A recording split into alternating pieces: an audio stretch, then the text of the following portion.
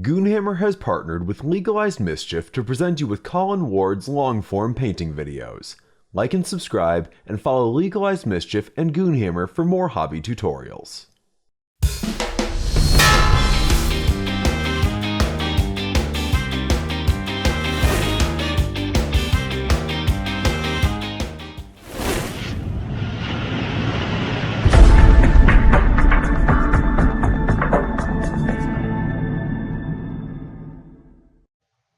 Hey everyone, it's Colin from Legalized Mischief Productions. Thank you for joining me and welcome.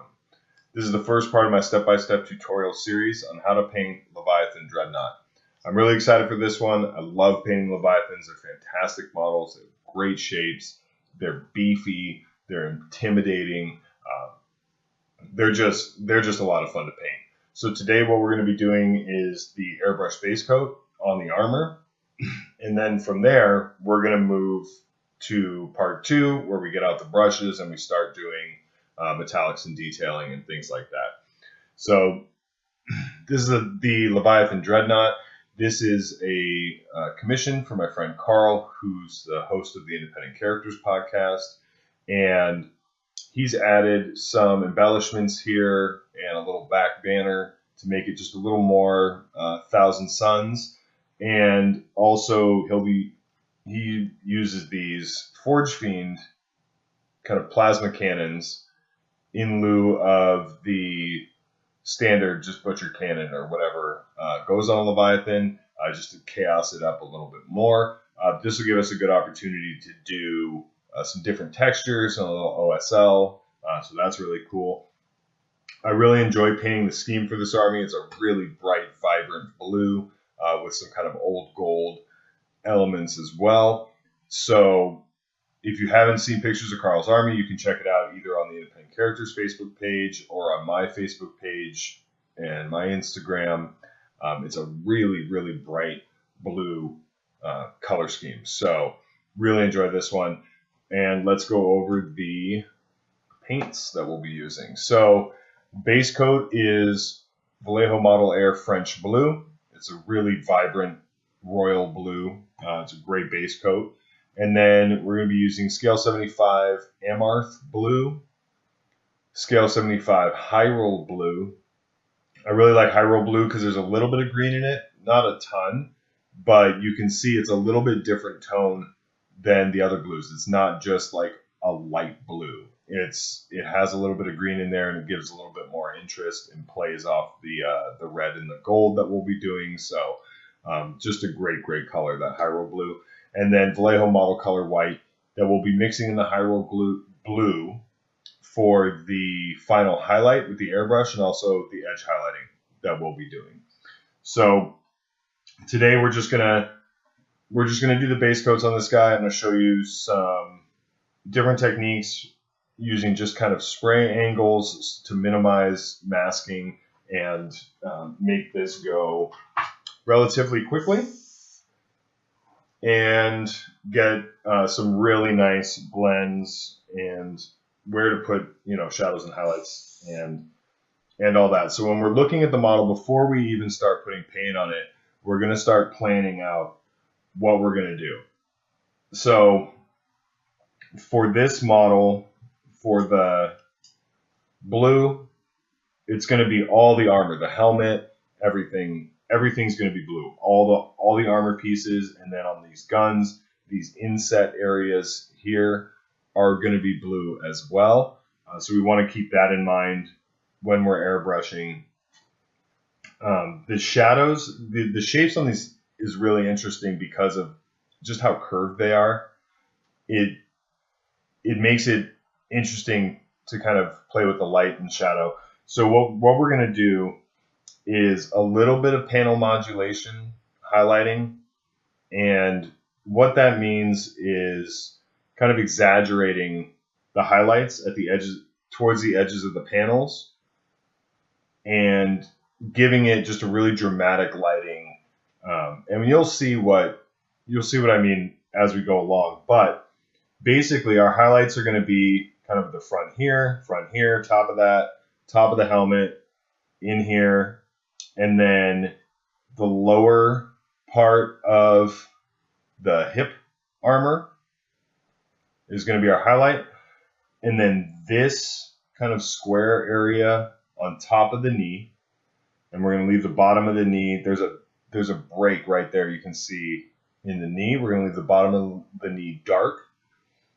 And then we're going to highlight the bottom portion of the leg armor, tops of the feet.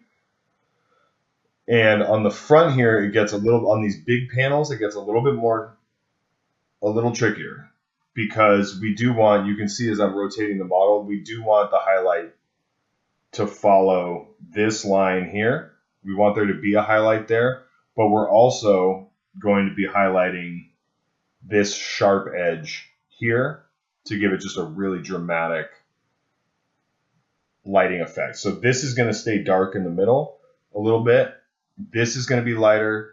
This is going to be lighter. And then the outside of these panels is going to be lighter. So we're not going to go in and just highlight the middle of the panel up to like here and then call it a highlight. We're going to do a little bit more work than that, and you'll see just how dramatic that lighting becomes.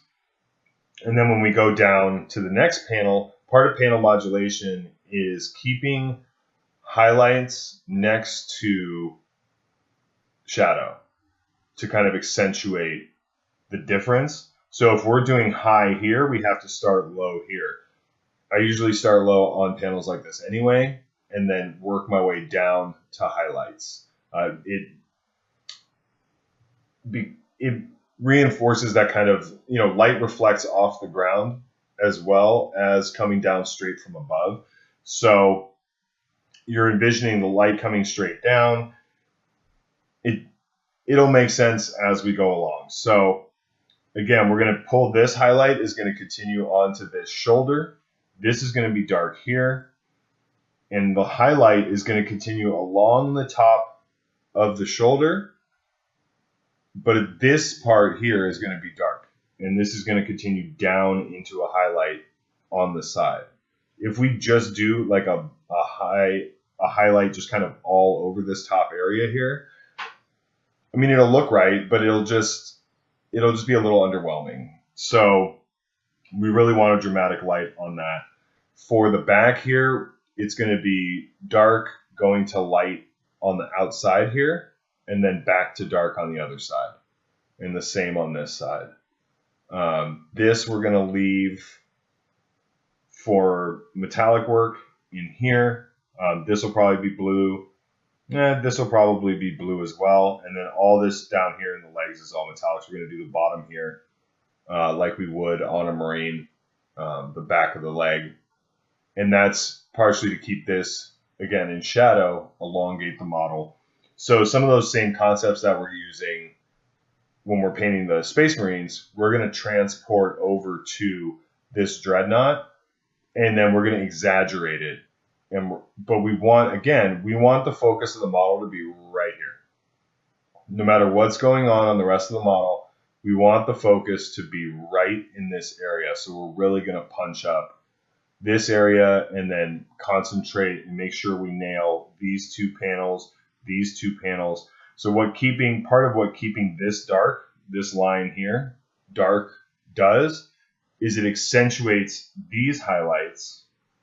And those highlights here draw the eye right into the helmet.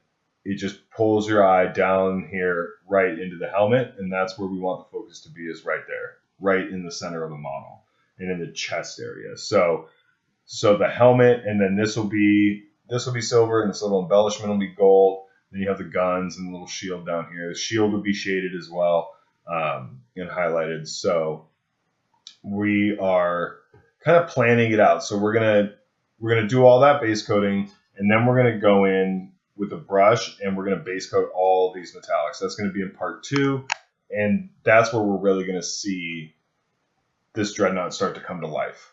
So I'm excited. Let's get started. So a little bit of the French blue, and this is going to be an overall base coat. This is going to go on the whole model. And we want to make sure, as always, just to get a nice even base coat.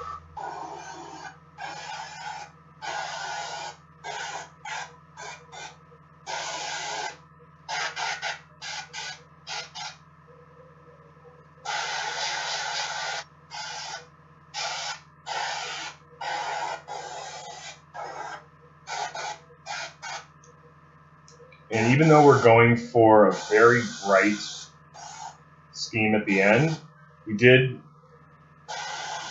prime this model black. I usually work off of black unless I'm doing white or yellow.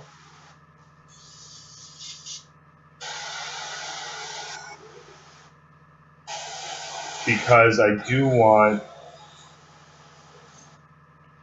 to keep those shadows, and like I'm not able to get the airbrush really back in behind that hip armor plate.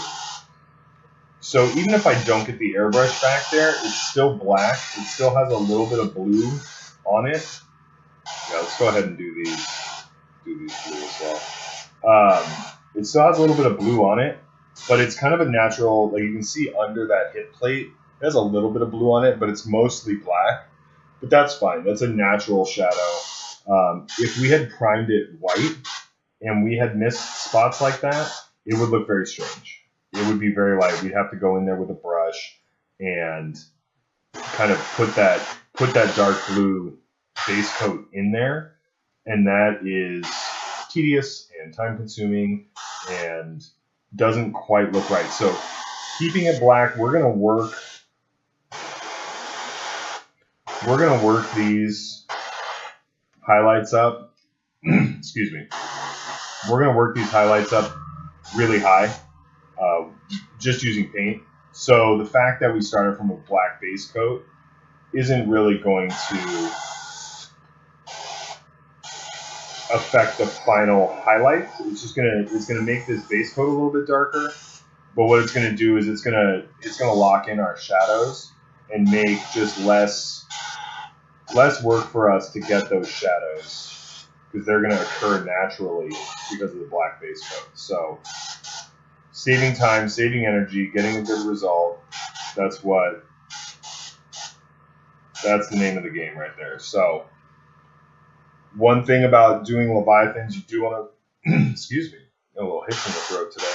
You do want to make sure to turn the model sideways and get inside these big panels here. If you just spray straight on, those are going to stay like pure black, and you definitely don't want that. So it's a little tricky getting on either side of that carapace inside there, but you want to make sure to do it because we do want those to be blue. So just a nice even base coat on these huge panels, and we'll be putting some transfers down on these big panels to break up those big areas of blue and just give it even more character and more interest. So on the side of there. So the object is to get a good base coat and then work it up. And then once we get up to the highlight, then we can kind of, if we have to, we can go back and kind of play around with the highlights and the shadows and everything, with just glazing in these other colors. But we want to keep it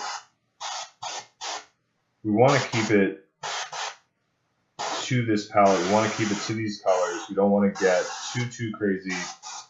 We're going to let the model and let the sculpt do a lot of that work for us. And it really lends itself to that because of how well defined the armor panels are. And almost dropped it. And typically this is how I would leave the model if I had assembled. I didn't assemble this model, but if I had, I always leave the weapons off, obviously, for painting. But other than that, this is where I would leave that model with the shoulders and everything. Maybe if I were doing Ultramarines or something and I wanted those shoulders to be white, I would leave them off, just like I would like Space Marine shoulder pads. If I were going to paint Space Marines a different color, or if I were going to paint the the armor a different color from the shoulder pad. I always leave the shoulder pad separate. It saves having to mask and fiddle around with that. So I do the same thing on Dreadnoughts in general and Leviathans, but because this is going to be blue, and we're going to get some of that color variation from the gold, but also from the transfers, which are going to be like basically gold and white, and then like the OSL on the guns and the green lenses and the helmet, and but most of this model is going to be blue, and it's just a really dramatic color scheme on a really dramatic model. So a lot of drama today in this paint job, but it's a great paint job. I'm having fun. These are so cool. Just the rule of cool alone is worth the price of admission on these guys. Looking back, I forgot to base coat the weapons, and that's always kind of a bummer when you forget to do whole pieces like that, because I just left them off to the side and just forgot about them. So what we're going to do is we're going to base coat these with the Hyrule blue, or excuse me, the Amarth blue, which is our mid-tone, the Amarth. So what we'll do is we'll base coat these with the Amarth, and then when we go back at the end on the model, because guaranteed we're going to have to go back and glaze in some of those shadows with the magic blue again, what we'll do is we'll glaze in those shadows on top of the Amarth blue for these guns. And that'll work. That'll work out just fine. So it's not ideal. Obviously, we'd rather have, base coated these properly. But I don't. This is already thinned and ready to go in the airbrush. I don't want to waste that paint by pouring it out, and I don't want to switch colors. I want to keep going, and I put a decent amount because I wanted to highlight the whole Dreadnought with this color. So I put a decent amount of paint in the cup, and I don't want to pour it out. So we're just going to make an adjustment on the fly. Because really the Amarth is the mid-tone, so you're not going to see a ton of the Amarth blue. It's going to be a lot of shadow and highlight. And we're going to remember that, we just have to remember the lighting, remember where these are going on the model. So there's going to be a pretty extreme kind of light to dark on these. So it'll end up working out. You'll just have to trust me. These are just going to look different for the next few steps until we come back and glaze in those shadows. But that's okay. That's something that happens, and there are ways to work around that without wasting time and wasting paint. So that's what we're going to do. That's what we're going to do with these guys. So put those off to the side in a more visible place this time than, over by my coffee cup. And we'll start with the Dreadnought, and we'll just start kind of top of the feet. A little bit of, these toes are large, so we do want to hit the side of the toe as well as the top, and make sure that we have a good base for our highlights, and then each successive layer that we do will be less and less. So kind of here. Ooh, that is spattering pretty good. But again, we're going to be doing We're going to be glazing in those shadows, so that spatter isn't the end of the world. It's not ideal, but I'll show you how we mitigate that. A little bit there, a little bit on the bottom, kind of 2/3 of that shield.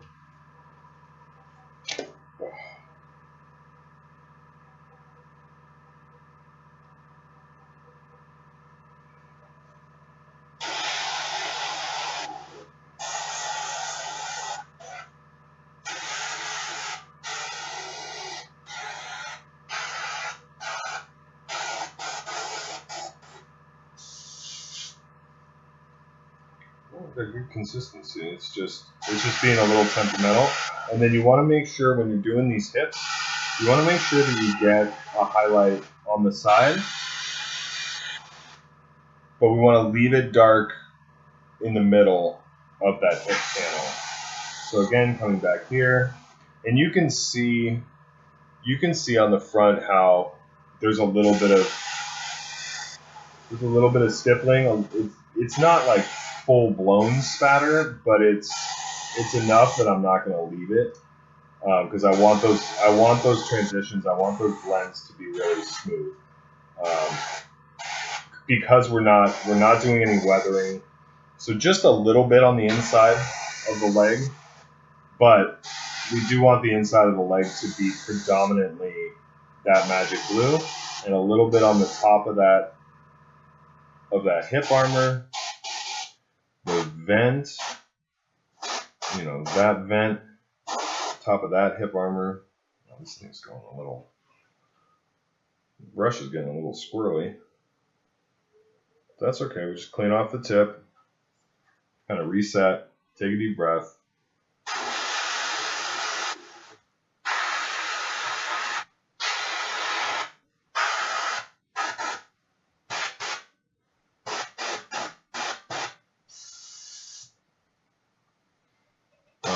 Again, side of the hip armor, just a little touch on those little boxes there where they kind of extend past the shoulders and the guns, and then vertically on the exhaust there, because that curvature, if we were to try to do like a horizontal highlight on that curvature, it would look really strange. It would be competing like in two different directions. So we do a vertical highlight on that exhaust cover in order to keep it kind of all moving in the same direction as the sculpt. So, and don't forget the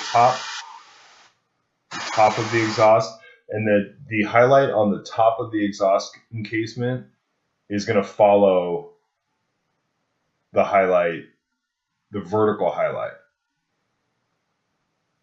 Very important. So now that we've started on the legs, and you'll notice I did the legs and I kind of worked my way around, and then I moved up. So a little bit down there, a little bit down there, and now that highlight on the outside, on the bottom, we're going to carry that around to there. Now when we're shooting, excuse me. Now when we're shooting, we want to angle it away from the brush. So my brush is over here, and I'm angling it away so that I can't see the front of the shoulder. And what that does is it gives me that break right there. Where if I tried to shoot it from this side, I would have gotten paint all over the front of that shoulder. But I want that really clean break because I'm going to be doing a different highlight on the front of the shoulder. So be thinking about which direction you're spraying, which direction the paint is going to go when you spray. So because if I come in from this angle, it's going to prevent me from getting paint on the front of that shoulder and leave me with a really crisp line. And that's what I want. I want that line. Because when we come over to the top, when we were planning out the highlights and the shadows on this model, we're putting a highlight right here.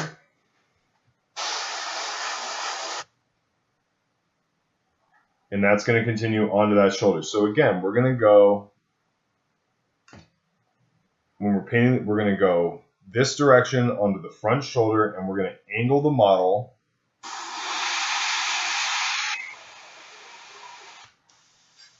if I get paint to come out of my airbrush, it'd be much more useful.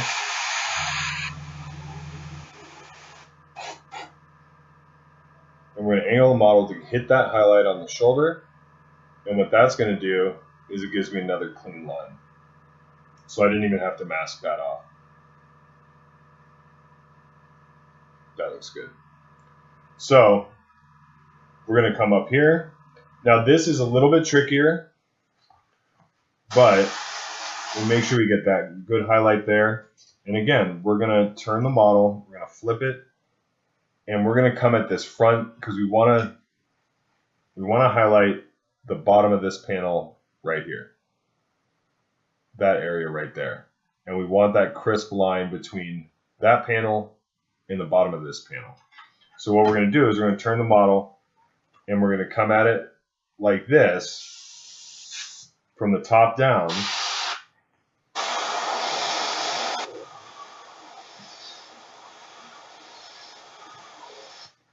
And we're going to lay that light. And while we're there, we're going to do the other one. So when we turn this model around, boom, beautiful. We have that really crisp line. And we're going to do that a couple more times as we highlight this model. So it's a really good habit to get into. It's a really good thing to practice because it's going to come up a lot where you want to get those clean lines. You want to get that differentiation, but you don't want to spend hours and hours masking that stuff off. And then here we're going to do the bottom part of this panel. Again, that's that color modulation. And there's a little overspray into the shadow on the shoulder. You can see there and a little bit there, but that's fine. We're going to come back. We're going to glaze in those shadows. So turning the model back to the shoulder, we want to get the top area of this shoulder without getting a ton of paint in the shadow on the side of the shoulder. A little bit of overspray is okay. We can glaze over that. If we just painted it with the Amarth blue, the glaze isn't going to work as well. We're going to have to go back in with actual paint and just paint it. And that's harder to do than just kind of glaze out. So what I'm going to do is I'm going to put my thumb there, and you can see just the top of the shoulder there is really peeking through.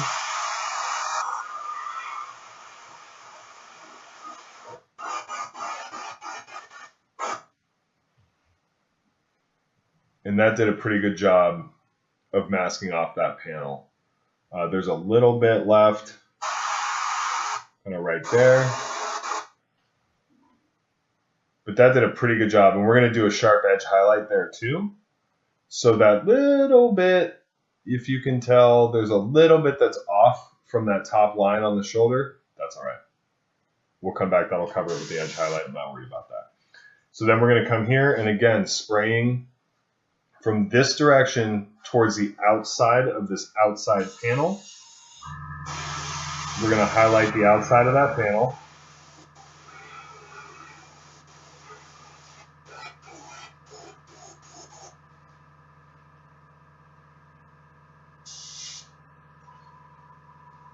And what that does is it prevents me, again, from getting paint on that top of that arm. Like if I had just gone straight down, on the outside of that top panel, I would have sprayed right here.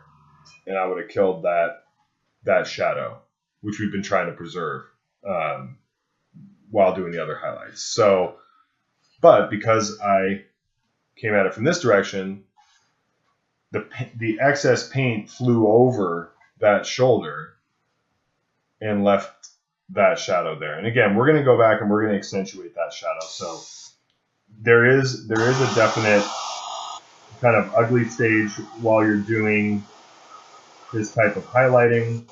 If you overspray or if you feel like the shadows aren't really what you need them to be, that's fine, because we can always come back.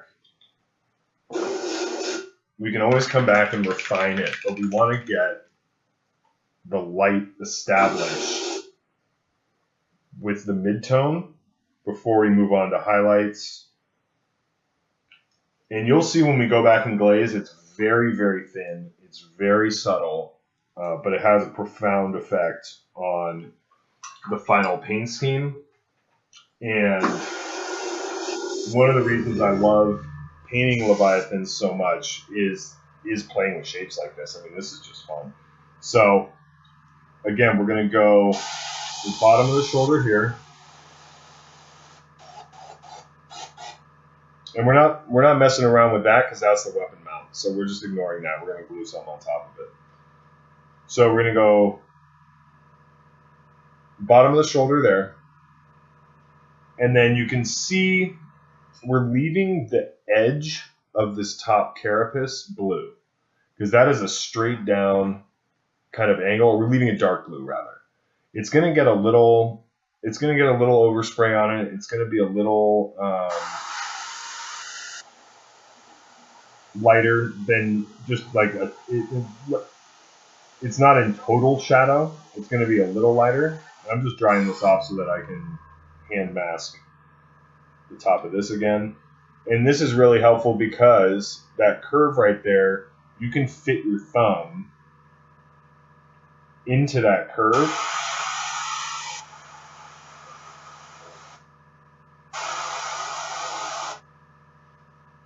And get a really nice line you can see there. If that worked.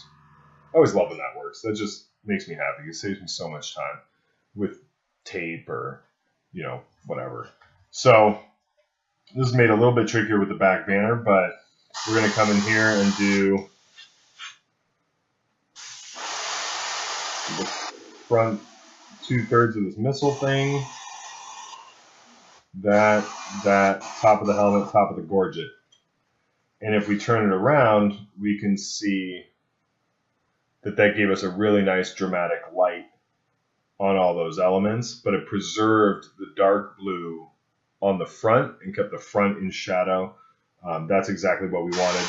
Then we go straight on this part of the gorget there, and a little bit below, in that curved area below the vent. Spray it a little bit there. And kind of revisit the shield a little bit. So we can see we're starting to see if the legs look a little monotone, we're going to exaggerate those shadows when we come back with the glaze. And we missed that kind of armor panel there. And that armor panel there. So we're going to come back and we're going to accentuate all these shadows. But as far as the light goes, we are well on our way.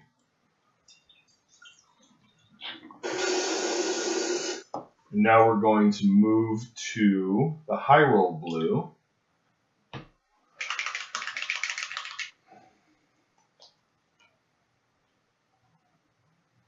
And this is where you're really going to see the dramatic highlights start to show up. This stuff is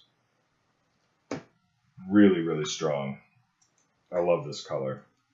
But I really like blue-green. I think it's a great color. I think it's underused in miniature painting.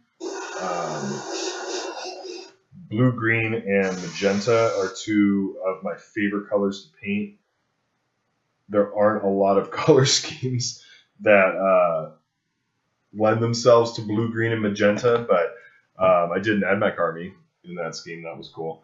So Here we're going to make sure that we have good consistency, and you can see how much lighter that is. So then we're going to start doing a little bit more targeted highlights, top of the foot, and bottom of this panel. Maybe the outside of that interior toe, top of the foot, side of the toe, side of the toe. And we're just doing the sides, so we're doing like the interior foot kind of toe, but we're not getting this Hyro blue into the interior panel. We're leaving it on the exterior panel.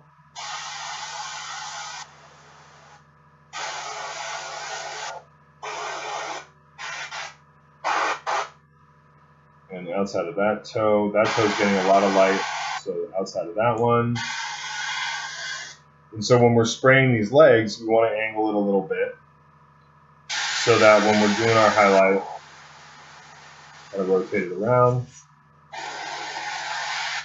When we're doing our highlight, you can see we're not getting on that interior leg panel back there. We're leaving that just with the shadow in the mid. But we will do the outside of the toe because it extends so far from the body. But we're not doing the top because that's going to be in shadow. We're just doing the sides. And it's little things like that lend a little bit more realism to the highlighting effect that we're doing here.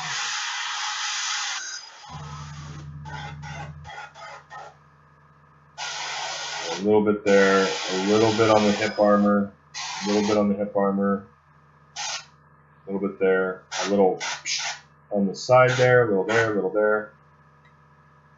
And I'm going to go back because I worry about forgetting things as you've already seen in this video. So I'm going to go back and do the same thing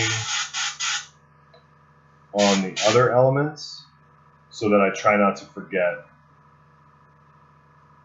I try not to forget again, which would be tragic. So coming around the side, we're going to do the bottom of the leg there. Ooh. A little bit excited with the highlight there, but that's okay. Not the end of the world. Kind of even it out on the other side. And that's all right. We're not going to worry about that. That'll all work out as we glaze and highlight. A little bit at the bottom there, a little bit at the bottom there, a little bit on the bottom of the shield. And then for the knees, you can see that line at the bottom of the knees, it's right there. That line there. We want to keep that. That's a really nice highlight to do. Excuse me again.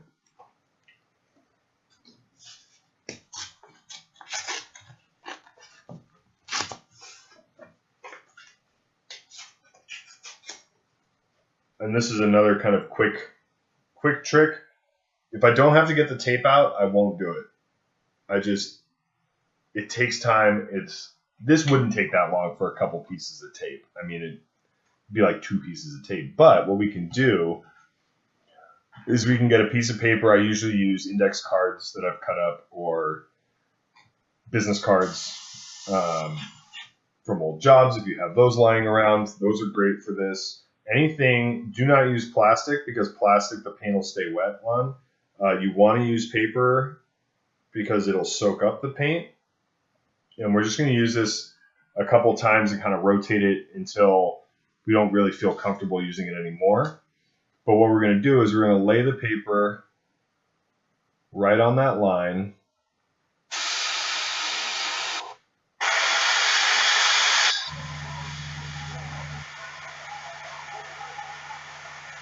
We're going to do that highlight. Boop. Perfect. Done and done. And we're going to use it a little different. We're going to move it over on the paper a little bit.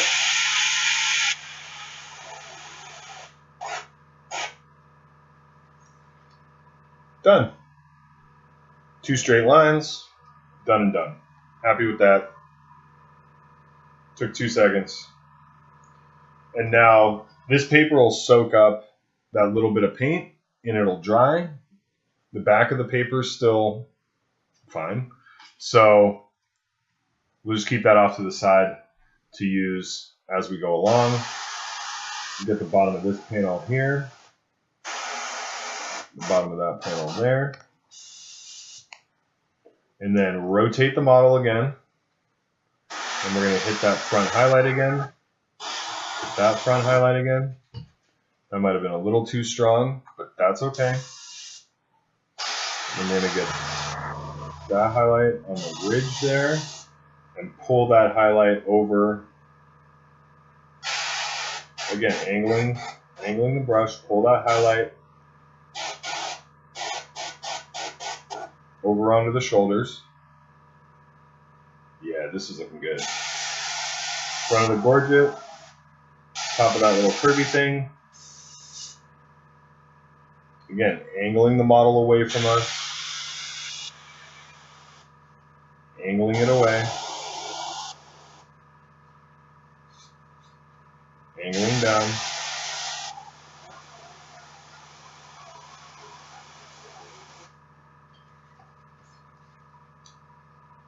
Now we're starting to get some dramatic shading going on. Now we're starting to get a very solid looking.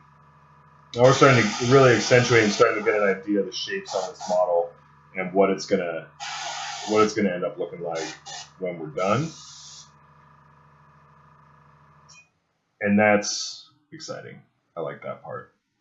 So we're gonna go back on the back and we're gonna do this vertical. Come on.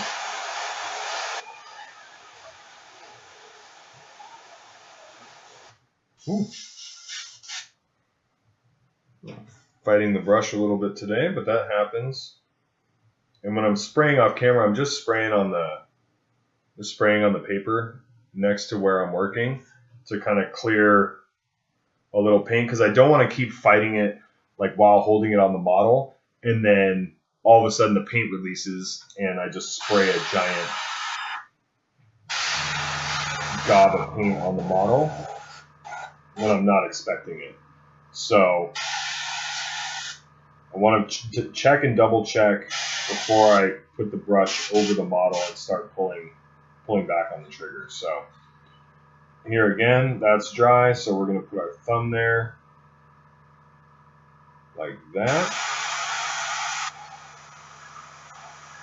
And we're not doing the whole shoulder. We're going to stop and we're going to leave a little bit of that mid-tone there. If I were ambidextrous, I'd do this with my left thumb and spray with my right, but I'm not.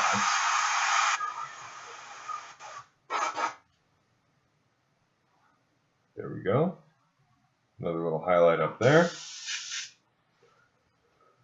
And then, so we're good on those panels for now. And then we're going to get these and do a really sharp kind of top-down highlight and then carry that a little bit over onto the side, because these are protruding a lot from the model. So a really sharp top highlight, a little bit down the side, and those are done. And then we just want to go back, double check, make sure we got everything that we wanted to get. We could even do, that's good, that's good. So just a little check, just a little heat check on the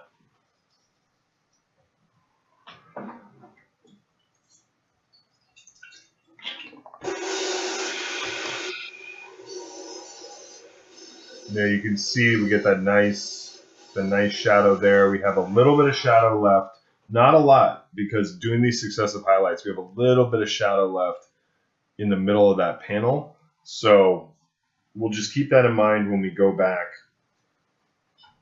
that we want to readdress that. We want to glaze that in a little bit. And I'm looking forward to getting to that step, because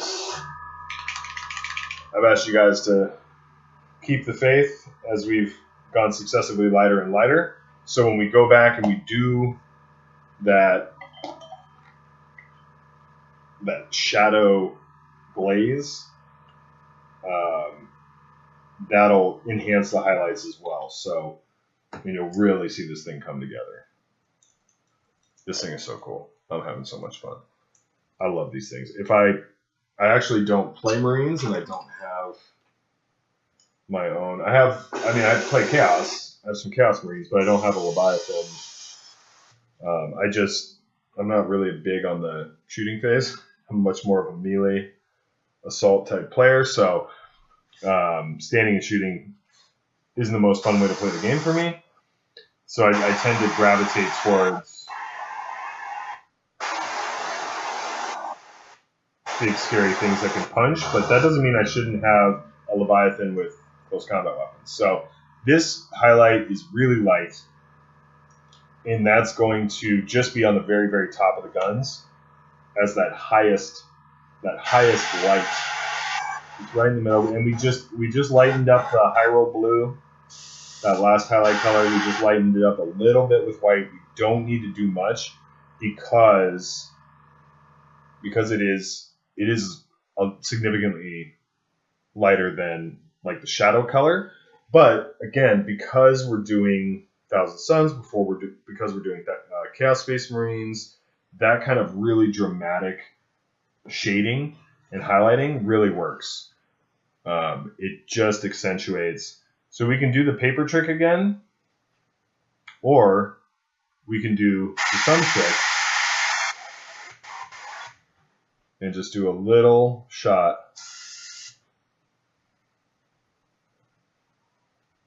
And the thumb trick is pretty good because we're gonna edge highlight that as well. But you see we get really good definition on those knees now. And now that's really gonna give a nice, there we go. And this, okay, good consistency. Good consistency. Now, but this is going to be very, very limited. Very limited on the highlight on this. So we're going to concentrate kind of on the outer half on these front panels here. A little bit in the corner on those panels there. Just the very bottom of these. And the top of the gorget there. A little bit on the front of the helmet. Because this is punching it up kind of another degree here. So we're going to rotate the model. I'm going to shoot straight down on the front here and on the top of that crest. And when that dries, it'll chill out a little bit. It's not that white, but it is noticeably brighter. You can see there, it's noticeably brighter than the highlights around it. So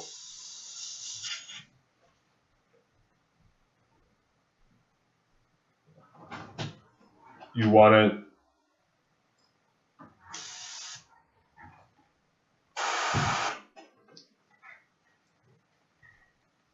just be very careful with this.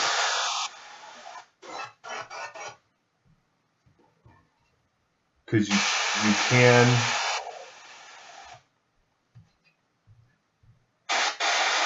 can over highlight with this very easily. So you want to be judicious, you want to be a little sparing, but you see those nice spots on the shoulder? That's really good. Really happy with that.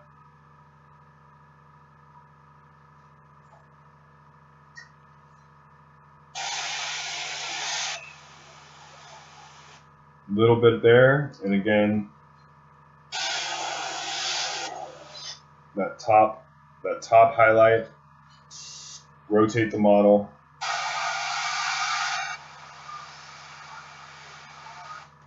That front edge, and then turn it, and boom! Love it. Again, that'll chill out when it dries. It is lighter though. I mean, it is a light blue that we're painting here, but we want that dramatic transition is where we're going to get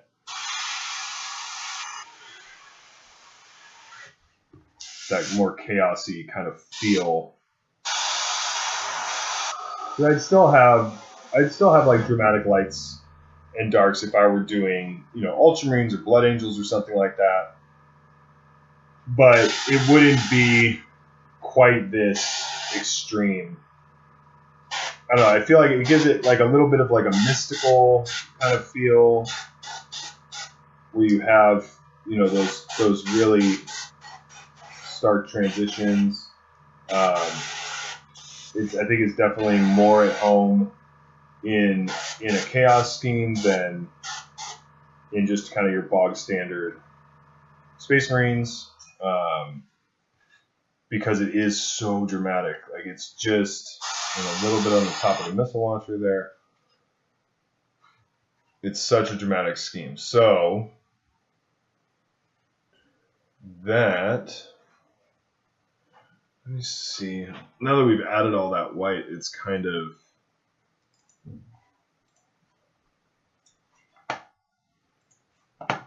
sorry. Let's see if we can get more.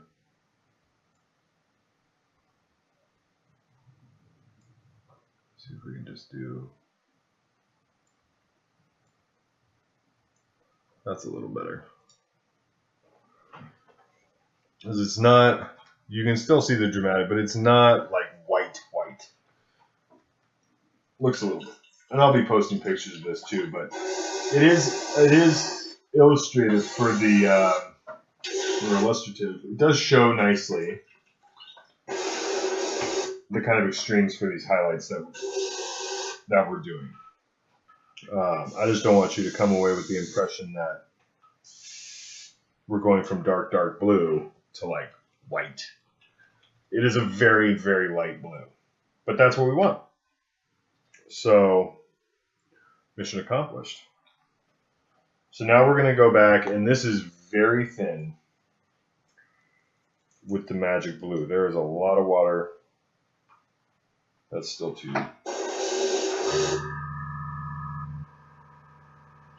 So it was too thick, so I sprayed some of it out and added more water, because we really want this. Yeah, that's good.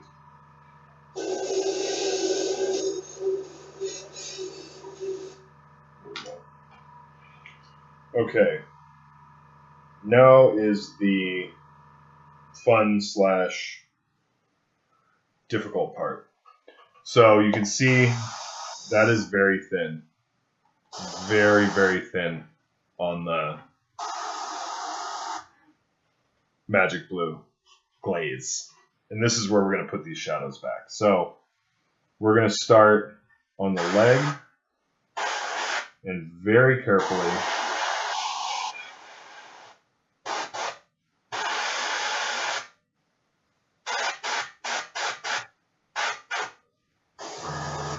and we want to get, but you can see now we're really starting to get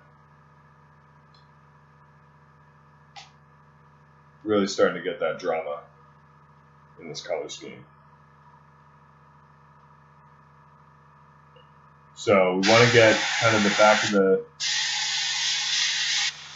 toe there. Kind of put. Oops. Don't want that.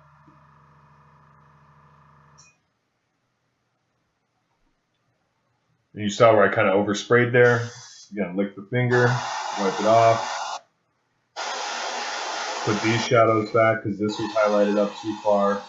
Because this is sitting so far underneath the carapace that it's not going to get a lot of light until you get down there. This hip armor was highlighted too far up, so we're going to go back and concentrating more towards the inside, the top right. If you're looking at this hip joint here, this hip armor plate here, we're looking more at the top right.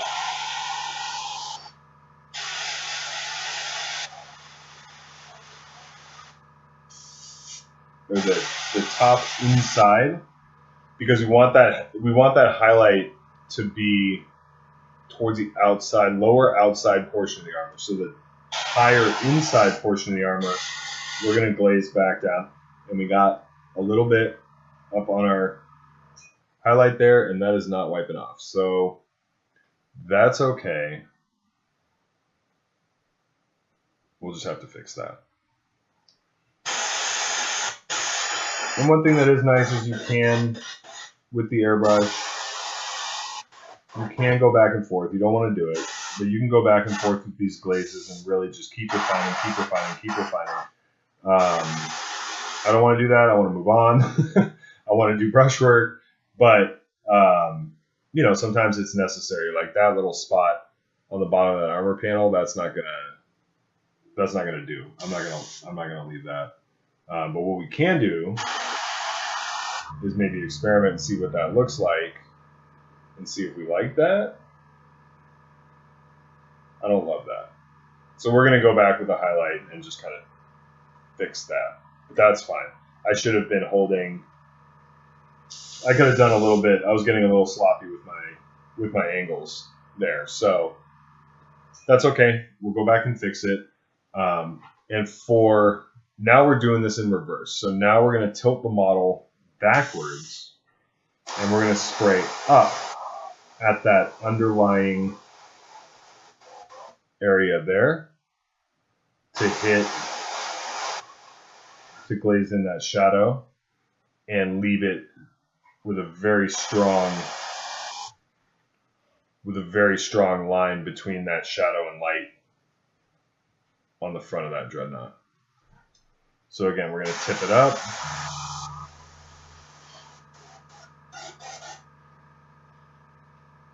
And get that really nice, strong highlight and shadow. And now we're glazing in the bottom of the shoulders here, where we kind of had a little bit of spatter. And now, again, tilting this up, and if we hit the side of this up here, not a big deal. What we don't want to do is spray straight sideways and get the top. We don't want to do that. So we're going to tilt this up again and come at it from this side.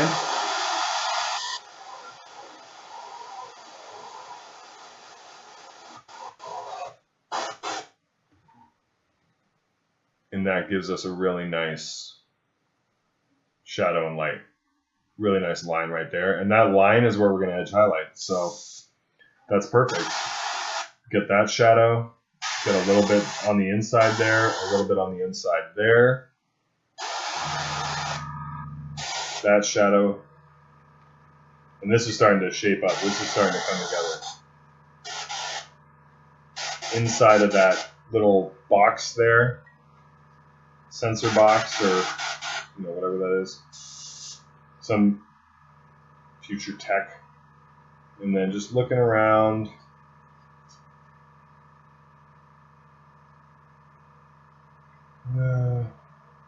It's not enough. So we're going to go back. Just hit it. Almost got into trouble there, but that's good. So you can see if I turn this sideways out of the light, you can see that a lot better. So that nice differentiation, that nice progression down to that really, really light blue. Super happy with that.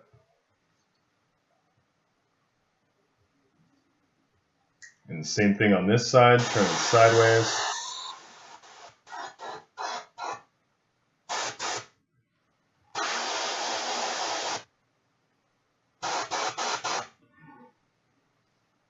And get that really nice border. So that can happen when you're doing really thin. We got a little bit on top there, but we were able to rub it off with the finger, thankfully.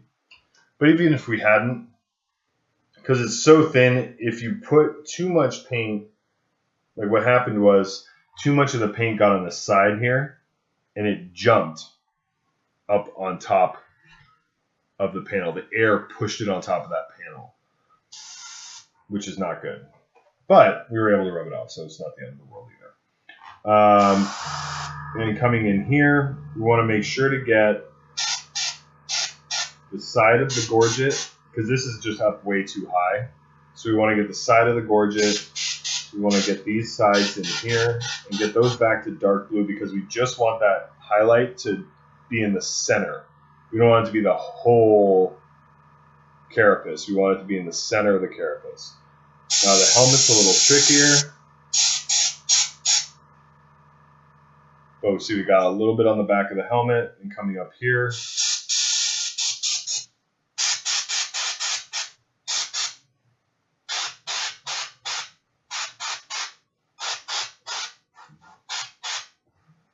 Kind of deepening those shadows under the missile launcher. Reglazing the back of the missile launcher to get a little bit more dramatic. And then this is where we really make our money on this shading, is coming back through here and very lightly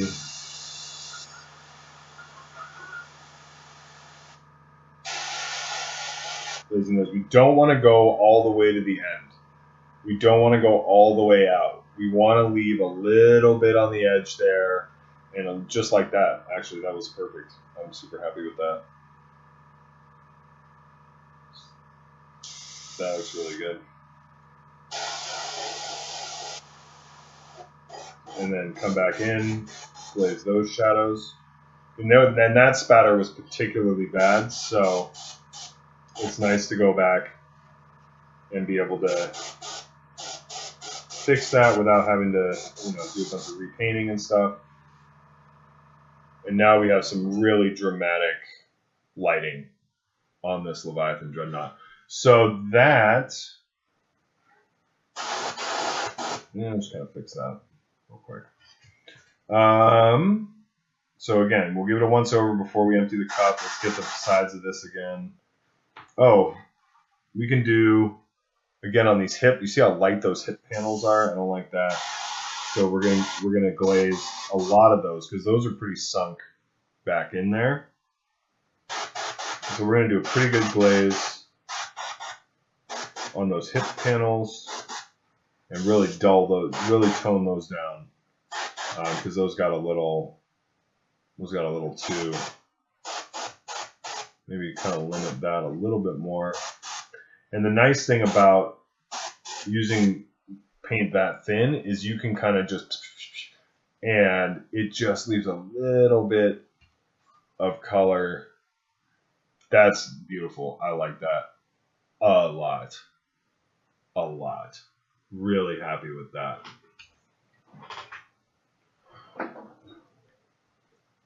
So now we're going to go in with that thin high roll blue and fix a couple things that, and this isn't a glaze because we do want to cover, but it's not, it's somewhere between a glaze and just, paint that we use for the mid-tone. So like if we're looking here on, like it's not just painting on, like there is some fluidity to it. It's thinner than if it were just paint, but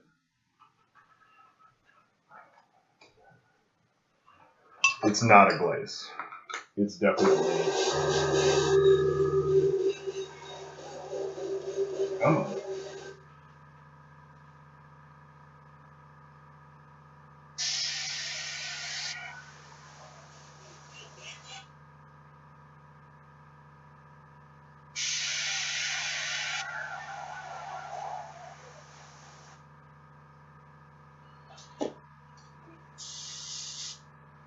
So we are going to put our thumb at the bottom there and just gently bring that back.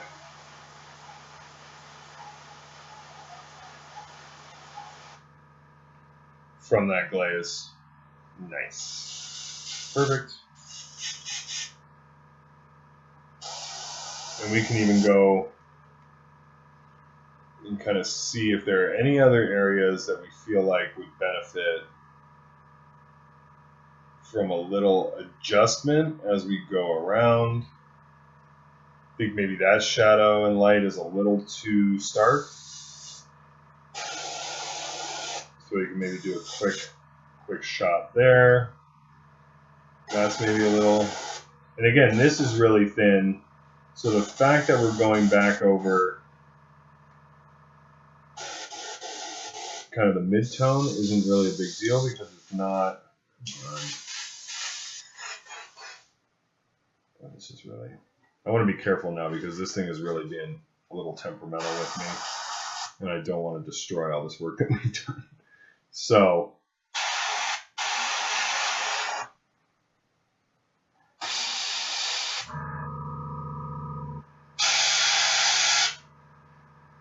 very, very carefully.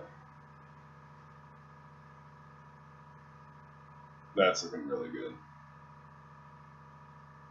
That is looking good. Happy with that. And now we'll see what that glaze does on these weapons. Remember, we forgot to do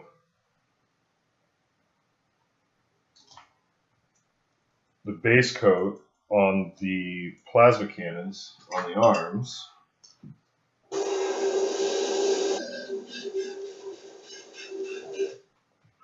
So what we're going to do now is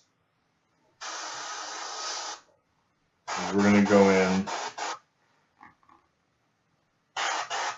Remember, there was no magic glue to start with on these, but you can see now we have that nice transition all the way through, and then we want to be a little bit heavier. We want to be a little bit heavier with the glaze here because this is the inside of the gun. It's going next to the body, and you're never going to see it. Like the light just isn't going to penetrate that close to the body. So we get a really dramatic kind of dark to light on the top of these guns, and then it goes back down on the other side to dark. So that's going to look really good up next to the Dreadnought. So again, little glaze, and the fact that we forgot to base coat it doesn't even matter because now we have that transition. So if you find that you forgot a step, if it's a step that this specifically, if it's something you can go back and do later, just go back and do it later. Don't stop what you're doing and halt progress and, you know, waste time, waste paint. You can always come back and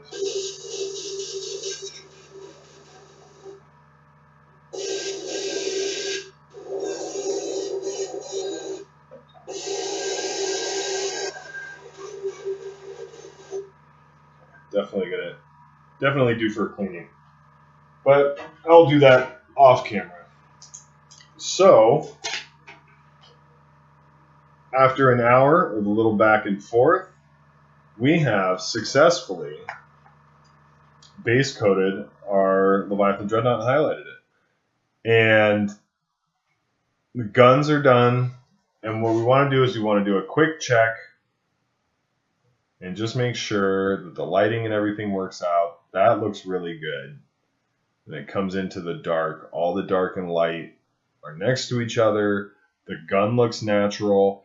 And when we start doing like the gold and everything, it's going to break up, especially the metallics, because this is like a little garish right now. This is like, whoa, pretty intense as far as the lighting and everything goes. When we start to pick out, especially the steel metallics, and we start to just leave it on the armor panels, it'll accentuate everything, but it also just kind of brings the whole model down to earth a little bit. But as far as where the shadows and lights and how this thing is looking so far, this thing is looking fierce. I mean, this is really, I'm super happy with this. And then so the next time when we come in and next portion of our tutorial and we come in and start blocking out all these metallics, you'll see how it really brings them all together, and then you really be able to see it start to take on some life. So I'm really looking forward to that, and hope you enjoyed this tutorial. And these kind of shadows and lights, where this is placement, this is for every Leviathan Dreadnought that you're going to paint.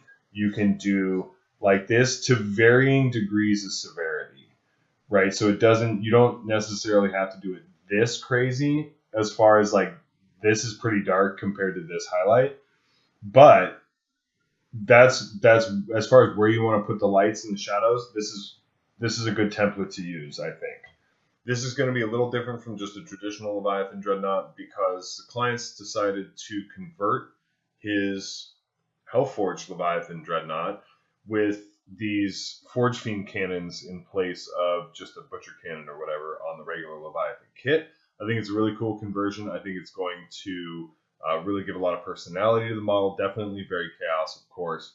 But it gives us the opportunity to paint a couple different things that we wouldn't normally paint on just a normal Leviathan kit, namely the maw on these guns and little fleshy hose bits, do some OSL, gold trim, of course. So it's good. Excuse me. It gives us a good opportunity to showcase some different things. So working from the inside out as we do. First things first is, so just looking at the piece, we're going to decide kind of how to proceed with painting this model. So working from the inside of the model out so we can finish areas and be done with them. First things first is we're going to paint this maw because that's the most interior part of the paint, because then this part is higher than the maw and the trim is higher than this part. So order of operations, and you get a little more light on the subject. Order of operations here, we're going to go for the maw, and then we're going to paint this black. This is going to be black. This whole area in here is going to be black, and then this back area here is going to be black. It's a really nice neutral color, and it breaks up. There's so much going on in this model that to paint these areas black is really going to give it a nice clean look. And instead of doing them like metallic, like a different metallic or something, because then you have the metallic trim to contend with as well. So we want these to be just nice and subtle, just kind of faded to the background. That way it really accentuates the panels. We're going to have some OSL going on in here. So there's going to be a lot going on anyway. We don't want to double down on that necessarily. If we want, we want a nice, clean-ish looking look for Thousand Sons we do anyway. So first things first, we're going to base coat the fleshy bits in beige red from Vallejo Model Color. I use this for most like Caucasoid flesh that I paint. Beige red is going to be my base color. It's just a really nice kind of rosy flesh to start with, and it covers. I have to hold that way too far away. It covers really well. So just over black, you can see how well. And we don't need this to be perfect coverage because we're going to be doing a lot of layers of different textures and washes and things like that with this tutorial. So this does not have to be perfect. And one of the reasons why we paint inside out is because I don't have to worry about getting on the inside of this trim here, because I'm going to just come back when I base coat the trim and that'll all get cleaned up. So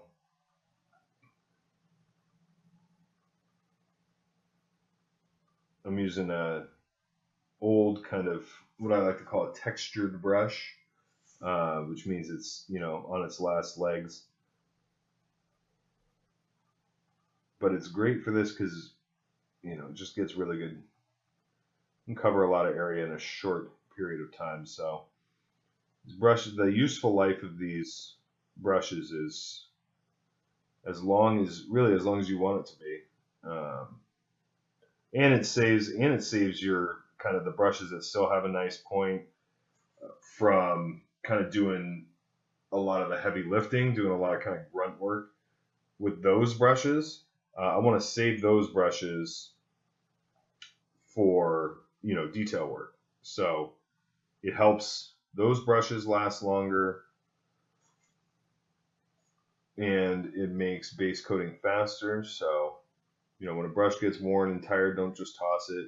It definitely still has plenty of uses. And eventually they all make it to the terrain brush, basing brush stage.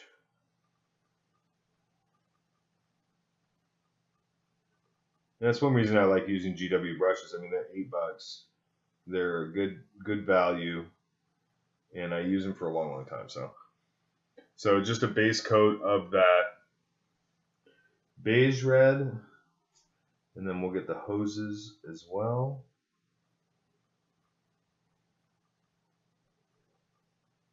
You know, we'll be going back and cleaning up everything around it, but at the same time, you don't want to just be, you know, slopping paint around willy-nilly. You want it to be, you want to try and, you know, keep it where it's supposed to be. And then that's going to be on the inside. This is going to be on the inside and underneath. So, you know, we'll get a good base coat. We'll pay a little attention to it, but, you know, we also want to kind of pick our spots here.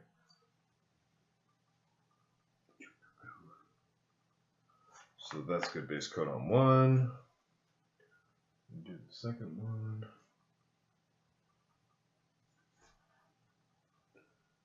And I'm painting both of these for the tutorial because we'll be doing a lot of washes and stuff, and we're going to need time for those to dry. And also just because that's how I paint. I don't paint individual pieces. If there are elements in multiple pieces on a model that I can paint, I'll paint it. It just speeds everything up. So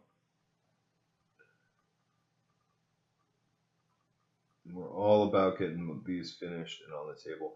And you might be surprised that to paint kind of a diseased flesh, we're going for more of like a beige. We're going with this beige red, which is, you know, a healthy flesh tone. We're not starting off with like a really sickly flesh tone for this. But you'll see we're going to add some washes and some different colors in here to really desaturate this flesh, especially in the highlights, and then, you know, do some washes that are really going to make it look kind of grody. So we want to start off from flesh because we want it to be recognizable as diseased, like as corrupted flesh that was once, you know, healthy. We don't want to just go full, oh, this is green flesh, or this is, you know, purple flesh that, you know, because it's so decayed or whatever. You want to be like, oh no, that's, you know, that's flesh, but it's something's wrong. Something's going on there. So that's the visual effect that we're going for here. So here we have a couple more hoses.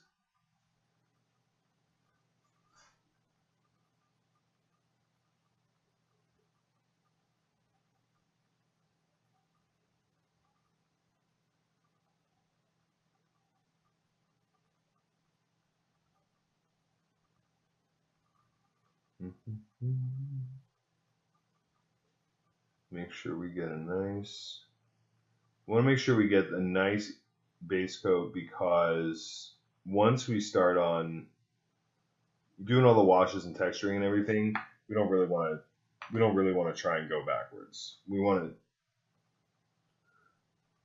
keep that even effect across the flesh. If we start going back and forth, it's gonna. Whereas if we were painting like a healthy flesh, if we kind of glaze back and forth and that works, that ends up deepening and making it kind of more natural looking, and making the glazes a little smoother. This, we don't want that. We want it to be a little disjointed and unsettling.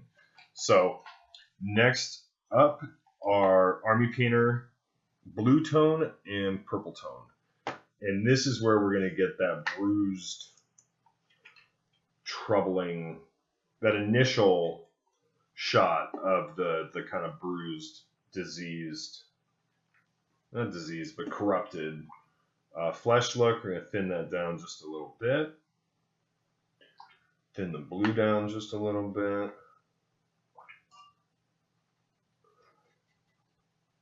A little bit more.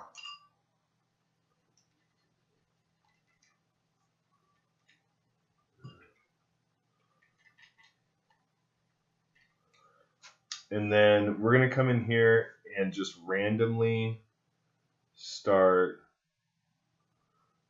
applying this wash. And then we're going to grab a little blue and put that. Grab a little purple again. And we want this to be, we don't want it to just end up as a bluish purple mess, but we do want those to intermingle a little bit, but we definitely still want to keep some areas that are more blue, some areas that are more purple, to give a little variation, a little interest. This was not quite, paint was not quite dry underneath there, but that's okay. So, a little bit of purple, a little bit of blue.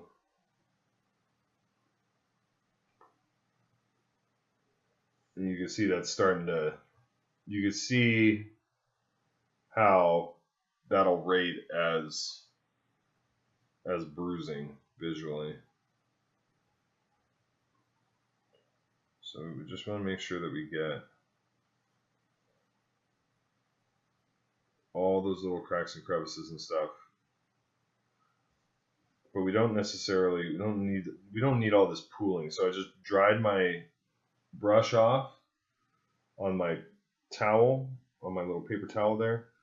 And I can go back and just touch these little spots here where it's really pooling and kind of pick those out and wick some of that wash out of there if it's too heavy. Because you just don't need all that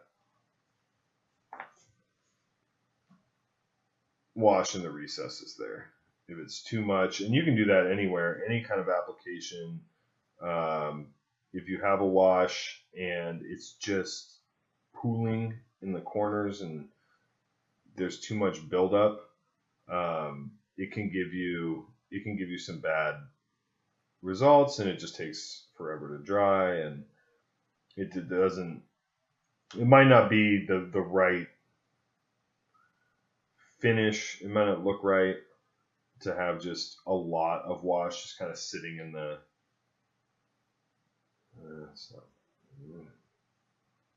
so you can always just dry off the brush a little bit, go back and see, like in the maw there, that's way too much wash. So we're just going to dry it off and just poke it with the brush lightly, and it'll just draw excuse me, we'll just draw that out of the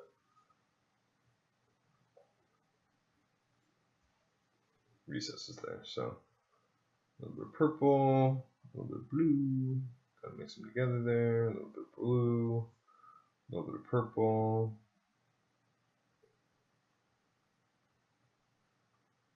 And that's looking pretty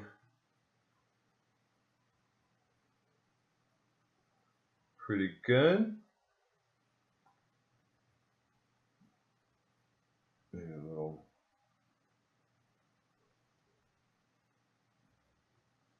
There we go. This is looking pretty good. We're starting to get a little bit of that purplish, bluish, diseased look. Now, for the sake of this tutorial, I'm going to use my heat gun to dry this out so that we can move on.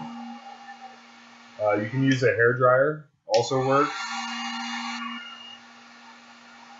I don't have a hairdryer in here, I have a heat gun, so we're going to use the heat gun. But you want to be very, very careful.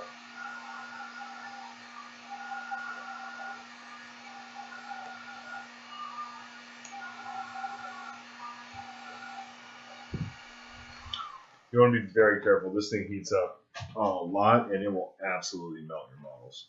So that's not what we want. So we're going to go back on our palette and we're going to add a little Vallejo model color dark gray to that beige flesh. And what that's going to do is it's going to desaturate. It's going to pull the color right out of that flesh tone.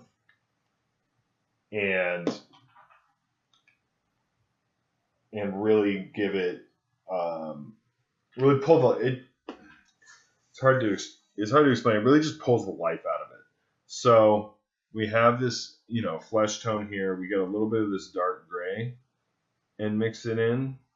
Well, that's just gray. That was a bad example. Oops, I'll spell that.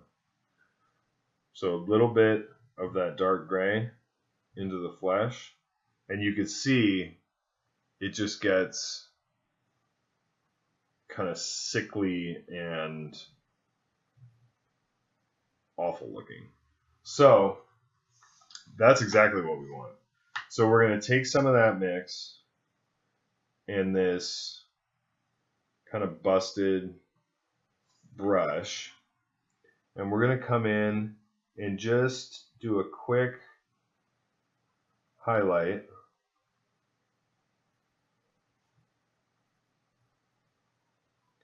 And we want to leave, we just want to get the high points. We're not too, we're not doing a really targeted highlight. We're not doing like a really nice glaze or anything. This is just establishing this kind of the base for this new kind of flesh tone that we have going on here with this desaturated, little water traveled down my paintbrush there. So with this desaturated kind of flesh tone here, we're just establishing that, and then what we're going to do is we're going to lighten that up. And so these are really just chunky, really chunky kind of textured highlights. And we want it to be a little thin. We want it to be a little thin because we don't want to just obscure the blue and the purple kind of tone underneath it. But you can see it really turn that flesh into, you'll see it here, really turn that flesh into not, like, this is not healthy. This is not just bruised, healthy flesh, which is more of what that blue and purple wash, like if we did the blue and purple wash and then we went back and did like a traditional flesh highlight, it would just look like bruised skin, which is a good technique to have in the repertoire. Sometimes you want to do that, but we want like corrupt, grody, old, old, chaosy, Chaos God skincare line level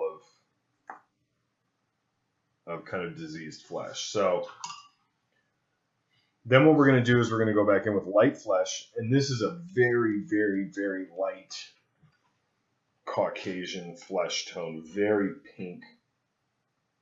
But we're just using this to lighten our mix. So you could see here, this is very light, very white, but we're just lightening our mix. Maybe grab a little bit more of that flesh tone, and we're just getting it lighter, but it's still very desaturated. It's still unhealthy looking. You want to thin that down to, you can see, very, very thin.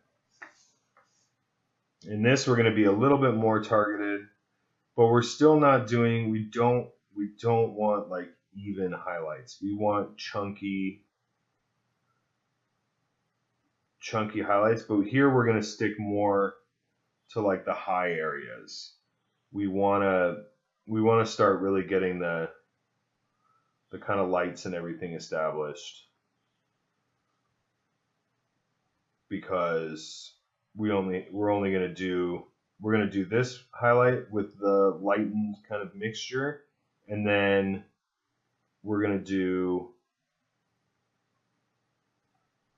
one more. We're going to lighten it again and do one more real quick just to get some nice contrast, and then we're going to do a couple more little glazes and call it done. We want this to be, sorry, I was painting so far away. We want this to be quick. We want this to be textural. This isn't an exercise in how do I paint a really nice face? How do I paint really nice skin? How do I paint musculature? This is an exercise in kind of unsettling, unhealthy, corrupted skin. So we're not doing, a technical exercise here. This is very textural, which is fun. I mean, it's just a different approach. Like if you're doing Hellbrutes, Obliterators, some Gene Stealer called Aberrants would look really cool, with some really unhealthy kind of corrupted skin, something like that. So this has a lot of applications. Maybe if you're doing like a questionable guard regiment and everybody's not sure if they're still cool, something like that. In which case the Inquisitor just shows up and kills everybody. But so we lightened this one more time. We're going to thin that down.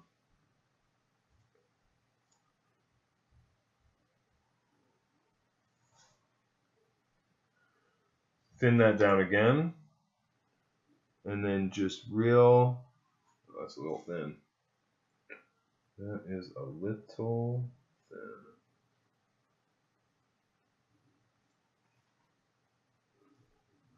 But that's okay. We want it to be thin. There we go.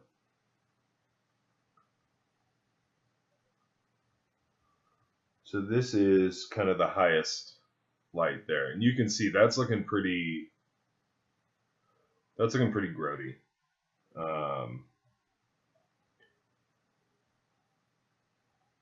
But again, we don't want to obscure. We want this to be thin because we don't want to obscure the work underneath. We just want it to be lighter. So we'll kind of hit a little bit in here, a little bit around the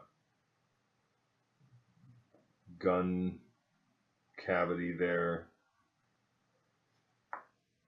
And it's looking pretty gnarly, looking pretty unwell. Versus, so you can see that last highlight is on the left, and then on the right we still have a little highlighting to do.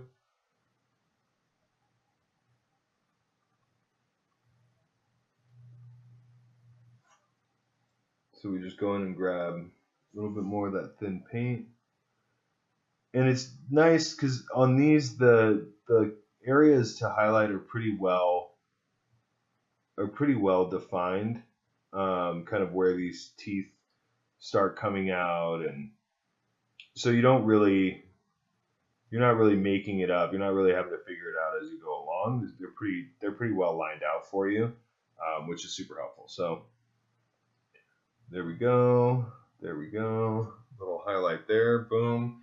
And then what I like to do for these little recessed ridge areas here, we can go back, and I like to just get, some of that purple ink, or not ink, excuse me, that purple tone that we were using, and just fill those in to where they're kind of more open sore looking than, I think the idea is that there's like a flesh sheath over the hose, and that's like the cabling underneath. So you could go back and paint those all metallic or whatnot, but not today. But that looks sufficiently gross and chaosy, I think, for our purposes here. So now that we've done the base coats, we're going to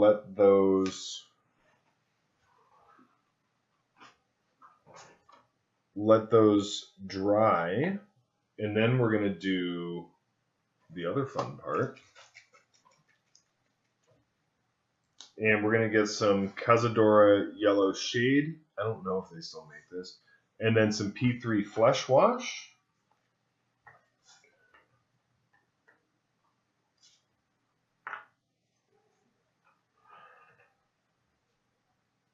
Oops, there we go. Only need a little bit. We don't need much. So P3 flesh wash. Or excuse me, yeah.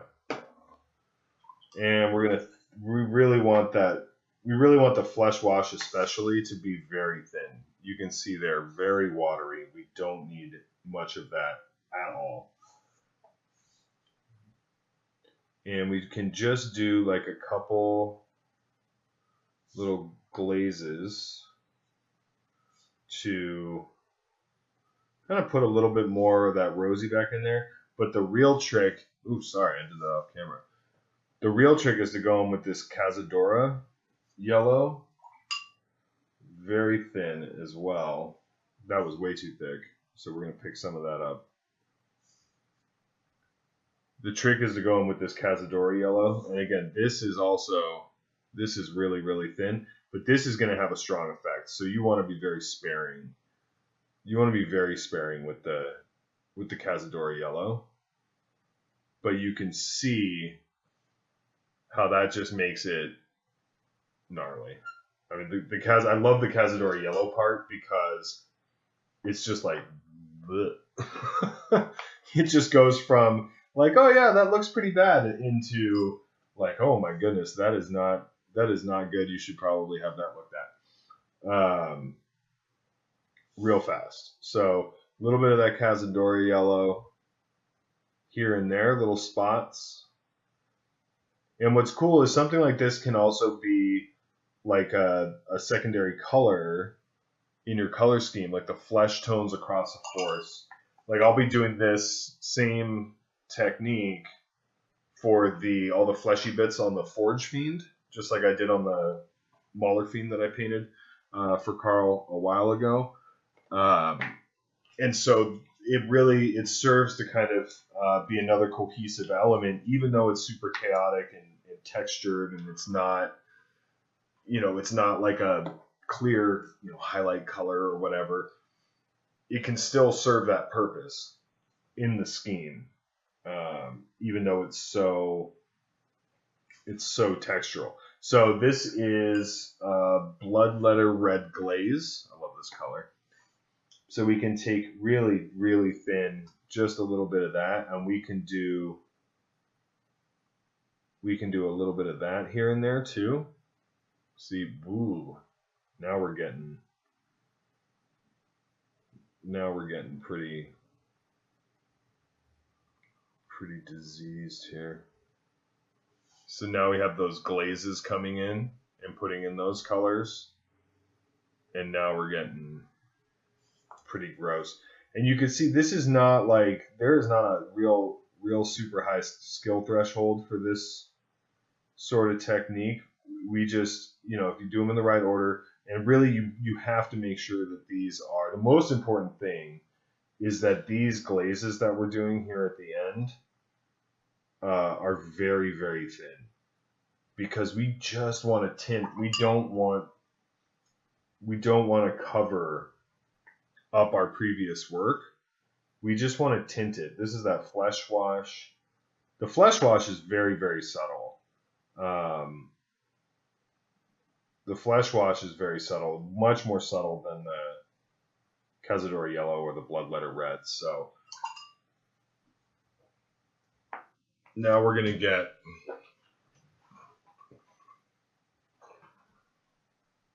some black. I use Vallejo model color black always. And we're going to switch to a brush that has it stuck together a little bit more than the last brush. And we're going to come in here.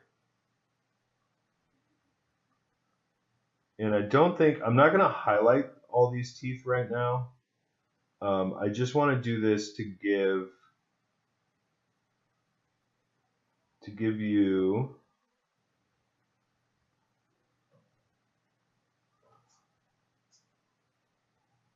an appreciation for how that flesh looks without the noise of the kind of half primed, half painted teeth. So you can really see that effect of the flesh. And we're going to paint these teeth very simply. We're just going to do like a really sharp, maybe I will paint them real quick. We're just going to do a really sharp highlight on the teeth. We're not going to do any kind of faded bone, natural looking teeth or anything. These are going to be very unnatural looking. So putting something kind of supernatural like that next to some very organic components is a cool way to get some visual contrast as well. So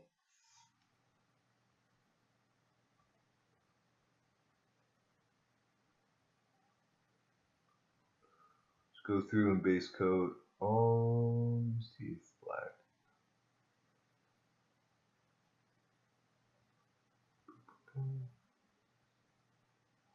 But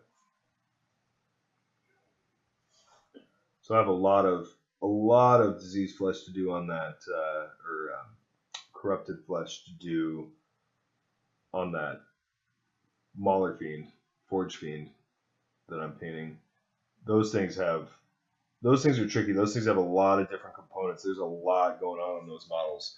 So you can see there how much better defined all that flesh is now that we've gone through and done those base coats. It's just yikes. I mean, yikes. It was looking, something is definitely not right with that weapon, and it shouldn't look right. You know, it's chaos. That's part of the fun of painting chaos is doing, you know, crazy textural kind of unhealthy. That's a lot of the draw, you know. So we can do just a quick black base coat, and then I'll show you how I'll paint the teeth. Then we'll show you how we get a really striking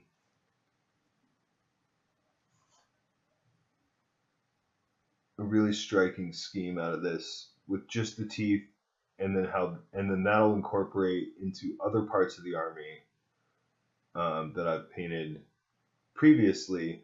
So you want to just keep an eye out, because it's easy just to say, oh, those are teeth, and just paint them teeth. But if you think outside the box a little bit, it can be an opportunity to incorporate another kind of element, another shared element in the army that you may not have on the model. Like, there aren't a lot of opportunities on the model. Like on the Leviathan itself, there's certainly no flesh. There's no, teeth or anything like that. And it's a fairly straightforward endeavor to, palette-wise, to paint the Leviathan itself. So if you have an opportunity like this to incorporate some other colors, you just want to be on the lookout for those. So what I'm going to use is going to be Stegadon Scale Green and Sotek Green. And this I use like on the scarab detailing on some of the Thousand Sons, and little trinkets and stuff like this, or stuff like that on throughout the army here and there. It's not everywhere, but often enough that it won't look out of place for it to be on these guns, and it will help to just reinforce that this is part of the same group, part of the same cabal, part of the same artificer. So we're going to use the edge of the brush and do a quick edge highlight on those teeth. And the Stegadon scale green is very subtle. This is not going to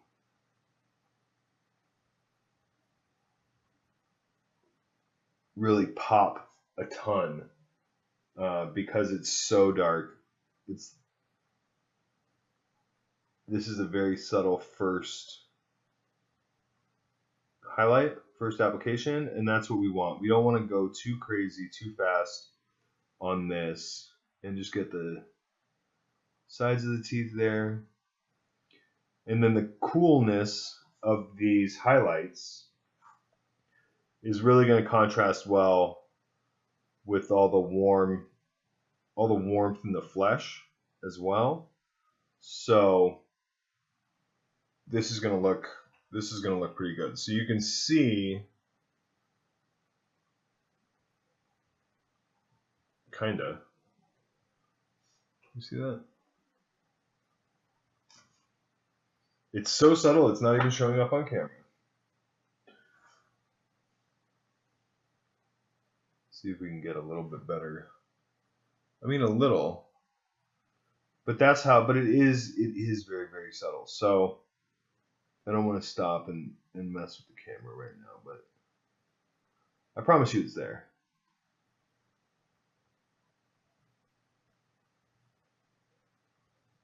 But that initial highlight, we're just kind of going down the edges of the teeth and the front of the teeth.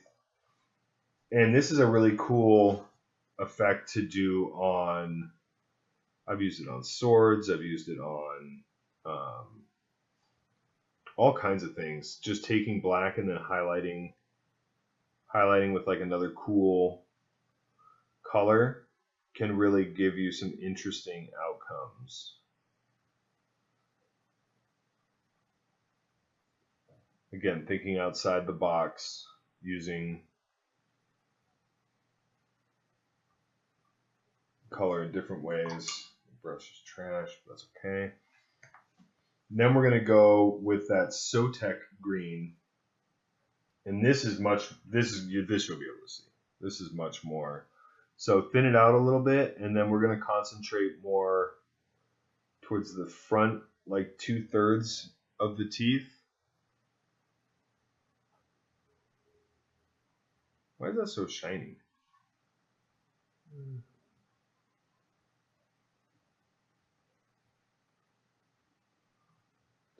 Front part there.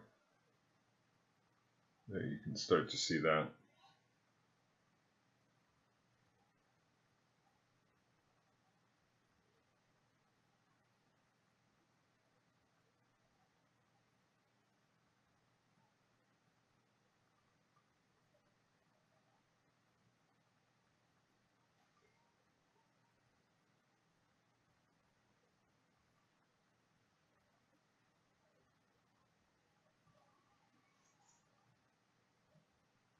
And this is just a cool.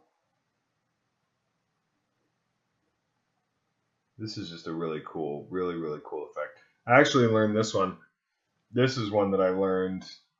So you can. What's going on? Why can't I see that?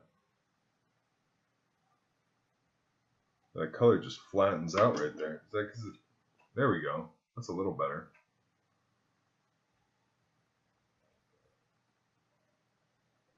This is one that I learned from following Morbach on Blog des Coups, which is a group of French hobbyists who have a blog called Blog des Coups, Kouzes, and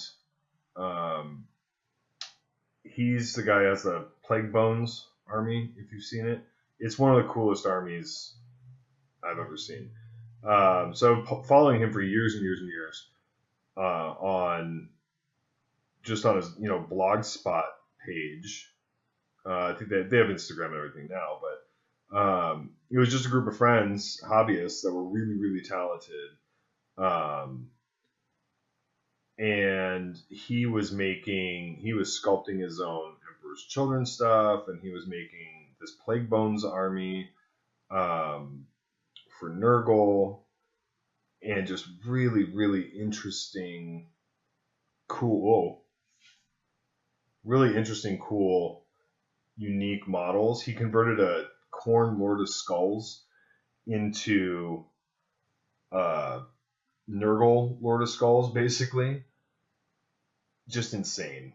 He made a Helldrake out of Orc Dakajet and the Greater Blight drone from Forge World and like green stuff. And so now we've added a little bit of white to that Sotek green. But this is his kind of black turquoise. Ooh, that was way too strong. Black turquoise highlighted kind of thing. I learned from his site. So credit where credit's due. I didn't invent this, but I do put it to use quite often. So cool thing about Maxime Pastorel is he made this insanely cool Plague Marine Death Guard army called Plague Bones. I highly recommend you look it up because it is beyond cool. And so GW went out and hired him to sculpt the new Nurgle range and the new Death Guard range. So Maxime Pastorel is now one of the miniature designers at GW and was responsible for sculpting, I don't know if he was the sculptor or if he was I don't know what his actual job, whether he's a sculptor or if he's a project manager or art director or whatever. But he is a driving force behind the Death Guard range and then a lot of Chaos stuff that's coming out. So incredibly talented guy. I think he's on Voxcast. I think there's a Voxcast episode where Wade interviews Maxime Pastorel. I'm almost positive. that there's a Voxcast episode on that. It's really good. He's just a cool guy, and he creates just some insane stuff. So go check that out. But I digress. So the end result is we get this really cool kind of black turquoise weird effect that I just love. I love that effect. I think it's awesome. So thank you, Maxime Pastorel, for the... Oh, dude, he made it... Sorry. He made like a Nurgle Demon Prince, I think, out of Skaven Vermin Lord. It has like a big scythe and like jetpack and bonkers. So we're done with the maw. That's all we're going to do there. Next time when we come back, I'll do it off camera. I'll base coat all this stuff black. And then we'll come back and we'll do the metallics on this. And then we'll be done. Do the metallics and the edge highlighting. And then we'll be done until it comes time to do the OSL. So I'll base coat it off camera. And then I'll come back and do the edge highlighting and the metallics. And then we're going to put this aside and we're going to go back to the Dreadnought itself and paint the metallics and everything on the Dreadnought. Get going on the Dreadnought. This is the third part of the How to Paint Thousand Sons Leviathan Dreadnought tutorial.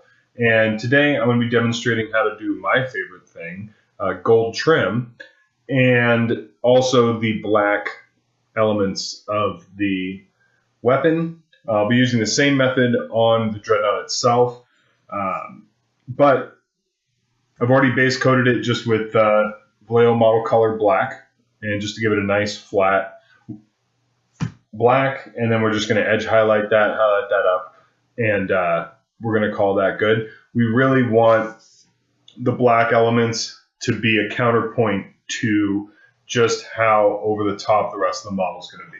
So first things first, we're going to get started on some gold trim.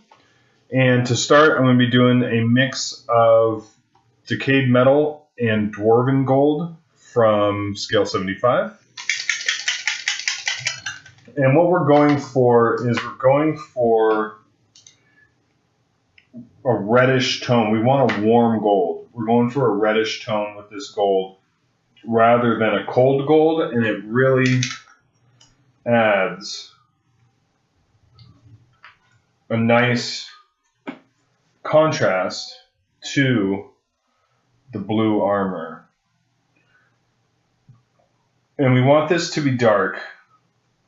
We want to get a good, maybe 50-50 decayed metal and dwarven gold. We want this to be a darker gold. I'm not going to go around and do the entirety of the gold trim in the tutorial because I do want to be mindful of the time, but I'll probably do about half, just long enough that the elements will dry in between applications. So you just want to make sure you get a nice even coat of the base coat, and the tricky part here is get a very steady hand, and is to get kind of the tops of these elements here. Otherwise you're going to end up with a blue stripe like you can see on the top here. We don't want that. That's not ideal. So we'll go in with the brush and just catch the top of those, being very mindful not to push too hard and then get out onto the plate. And I'm not going to sugarcoat it. That is hard to do. That's a difficult needle to thread there. It's one of the things that makes gold trim so challenging, is making sure that you're covering the inside edge of that trim without corrupting the panel around it. No pun intended.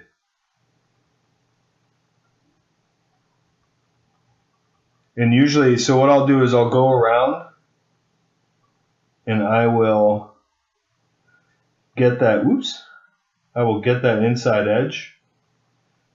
And notice I'm bracing the piece against the table in my hand. My hand's resting on the table. The piece is braced against my hand, and my other hand is braced against the piece. So that's to give me as stable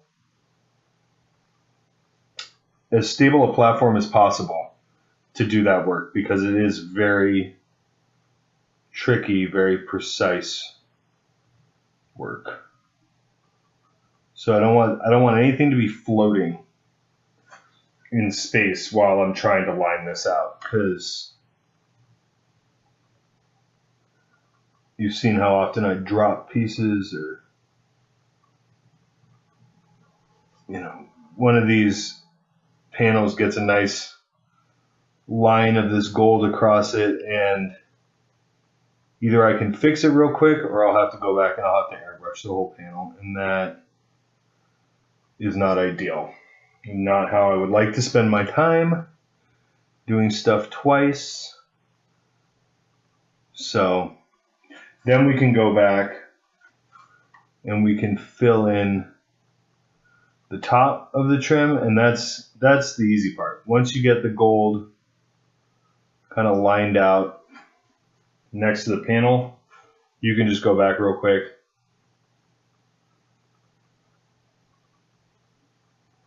and fill it in.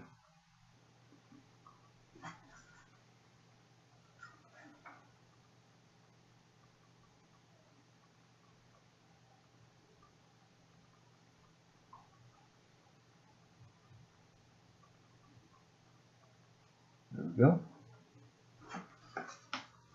So now we have that gold trim.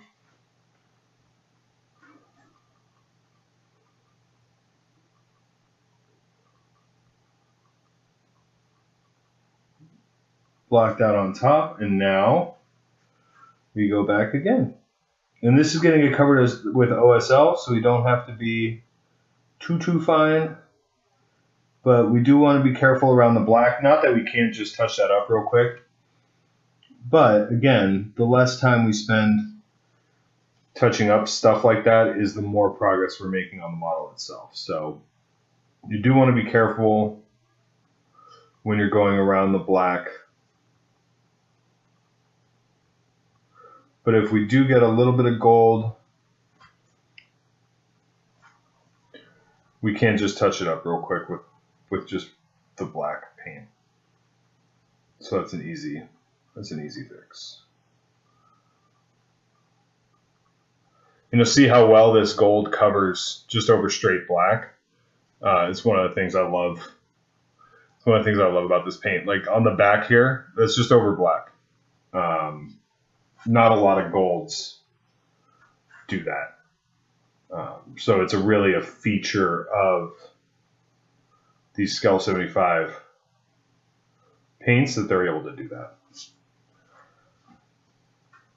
And then we'll just get the inside here real quick.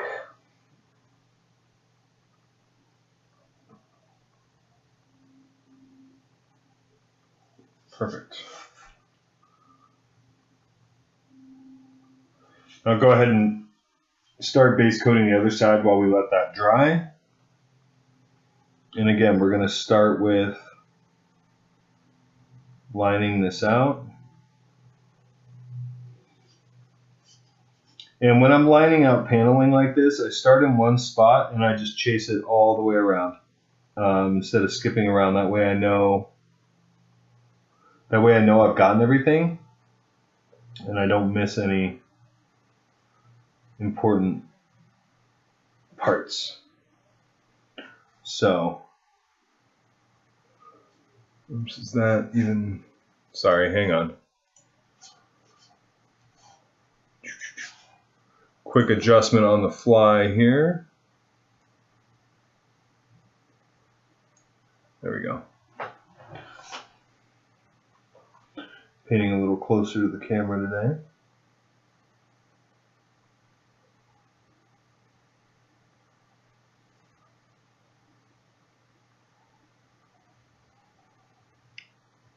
And it's nice on these smaller pieces, just lining out the trim will actually just fill in the whole piece, and then we just continue to chase it around.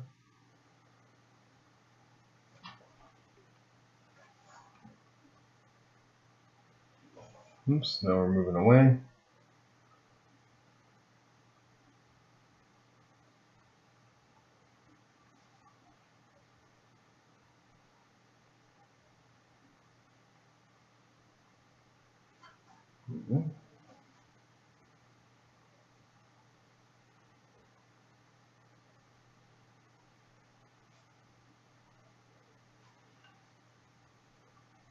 And this is the most time-consuming part of this scheme by far, is this gold trim. Thankfully, the Leviathan Dreadnought, the carapace itself doesn't have trim. So once we get, there are a couple little embellishments that Carl added that will have some trim on them, but it's not like Mauler Fiend or a Forge Fiend or something where every plate is outlined with that trim.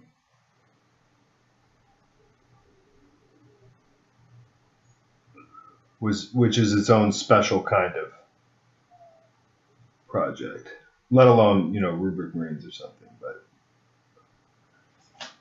I would use, this is the same recipe and same approach that I would use for Rubric Marines, except I would paint those recessed bands and stuff. I would paint those first, and then I would do the gold trim around those.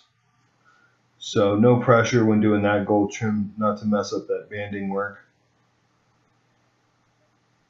Those things are a labor of love, Rubric Marines. But when they're done, take the time, they're spectacular. Still one of the most rewarding projects I've ever done, if not the most rewarding.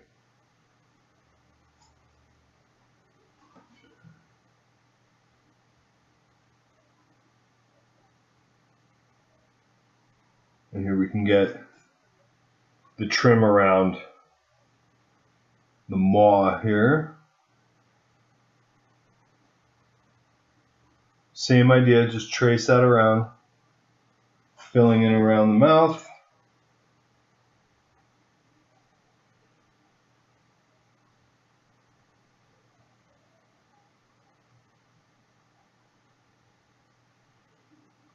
The maw, it's not exactly a mouth per se, but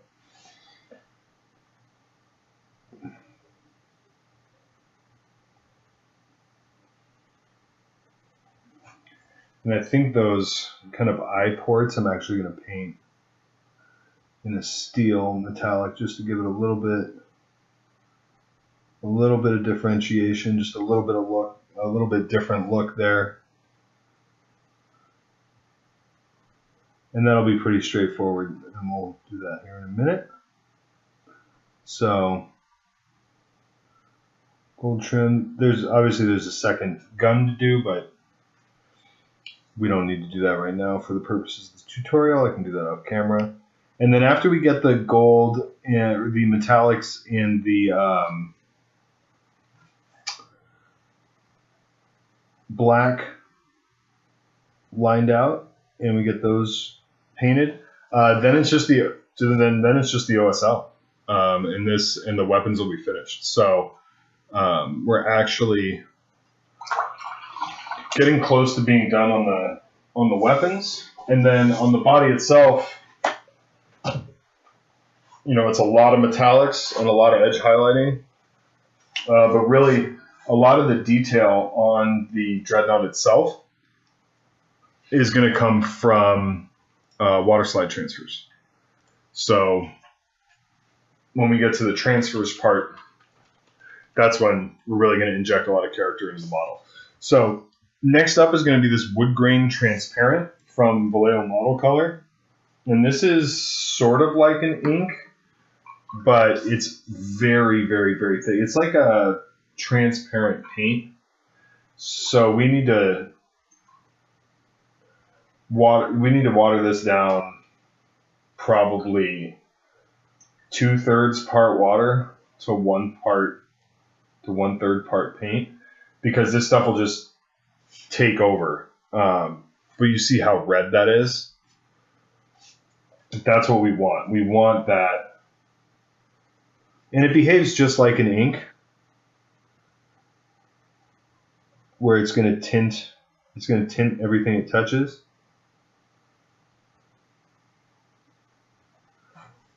And that's what we want. And we want to make sure that we're getting the top of these. We're getting the top of the trim so that it's creating a little, you see that little line on the edge of the gold versus right here where it isn't done yet. That little line between the gold and the panel just helps define the edge of the trim. And again, we're threading the needle on this too, because we don't want this to leak out on the panel everywhere. But since we're not going to be oil washing this model, and we're not going to be giving the panels a wash at all, we do need to establish that line between the trim and the panel, and we're going to use the trim wash to do that, like you see there. So that's much better defined than it was. Come back here, make sure we're not missing anything there.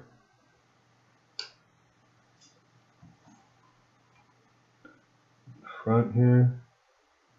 And that's just going to provide a really nice counterbalance to the blue armor for 1,000 Sons. That red just contrasts so well, and we want like a warm, kind of regal gold, because they are a very regal chapter despite their fall to chaos.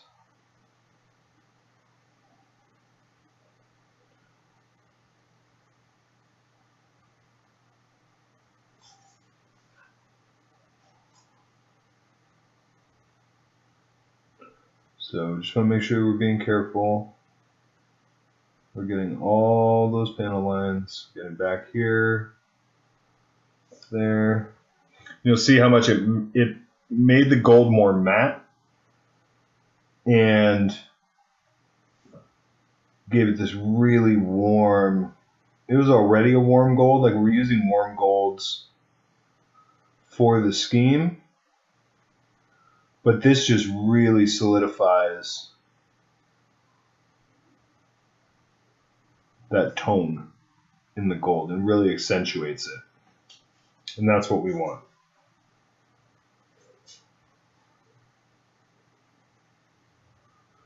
Washes on metallics are a great way to change the tone of, change the tone of the metallics you're painting, or to accentuate the tones of the metallics you're painting.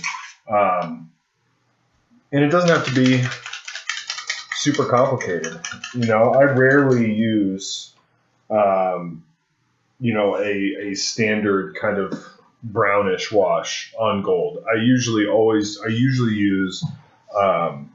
either purple or like this reddish brown or even green, and it all just gives different feels to the gold. Let me adjust this back out. Sorry. That's what I get for not editing here. There we go.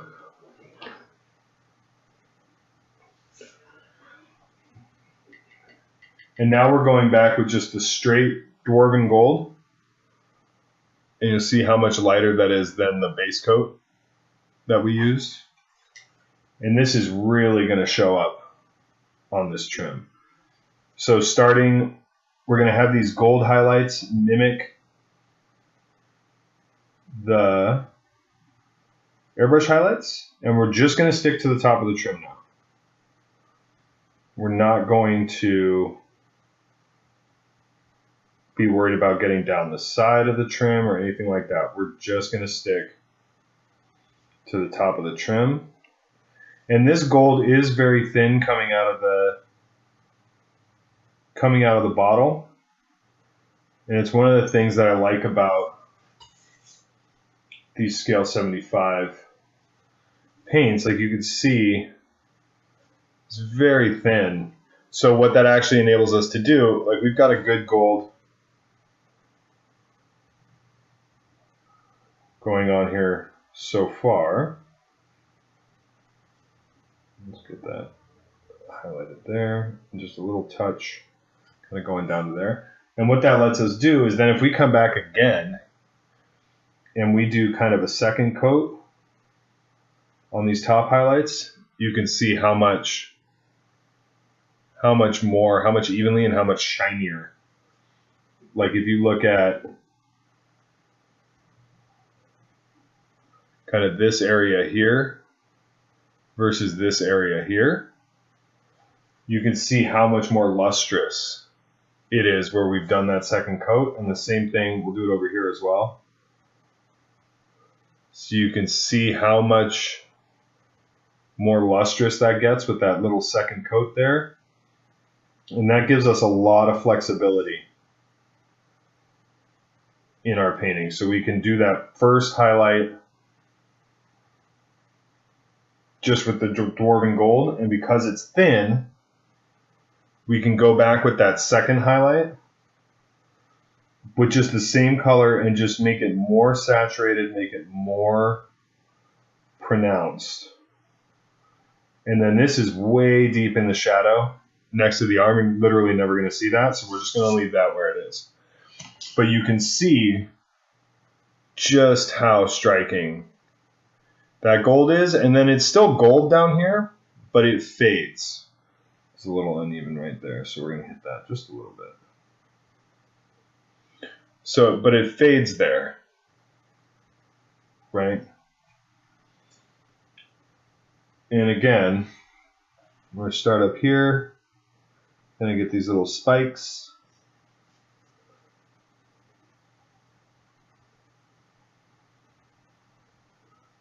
And go back over, make sure we're getting that.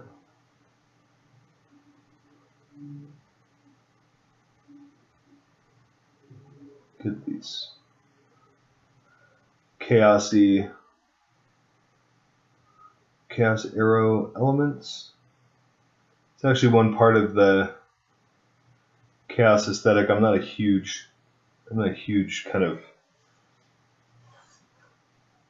arrows and spikes kind of guy aesthetically. But it works. It's iconic, so, you know. Probably why I paint miniatures instead of designing them. I also can't draw to save my life, so there's that.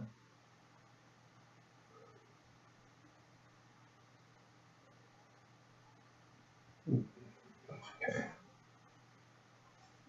And then we'll go in again, kind of looking at the difference in those two golds on the right and the left. Right is with that second coat, left is with just the one coat, and then we'll come back and we're going to hit these high spots with that second coat of that Dwarven Gold and just really make it shine.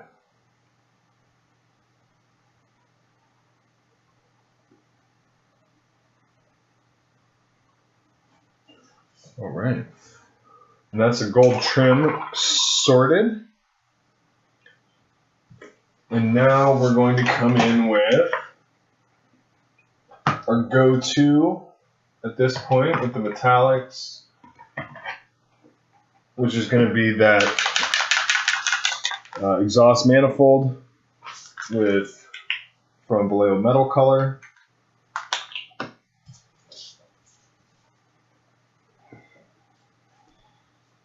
And we're going to do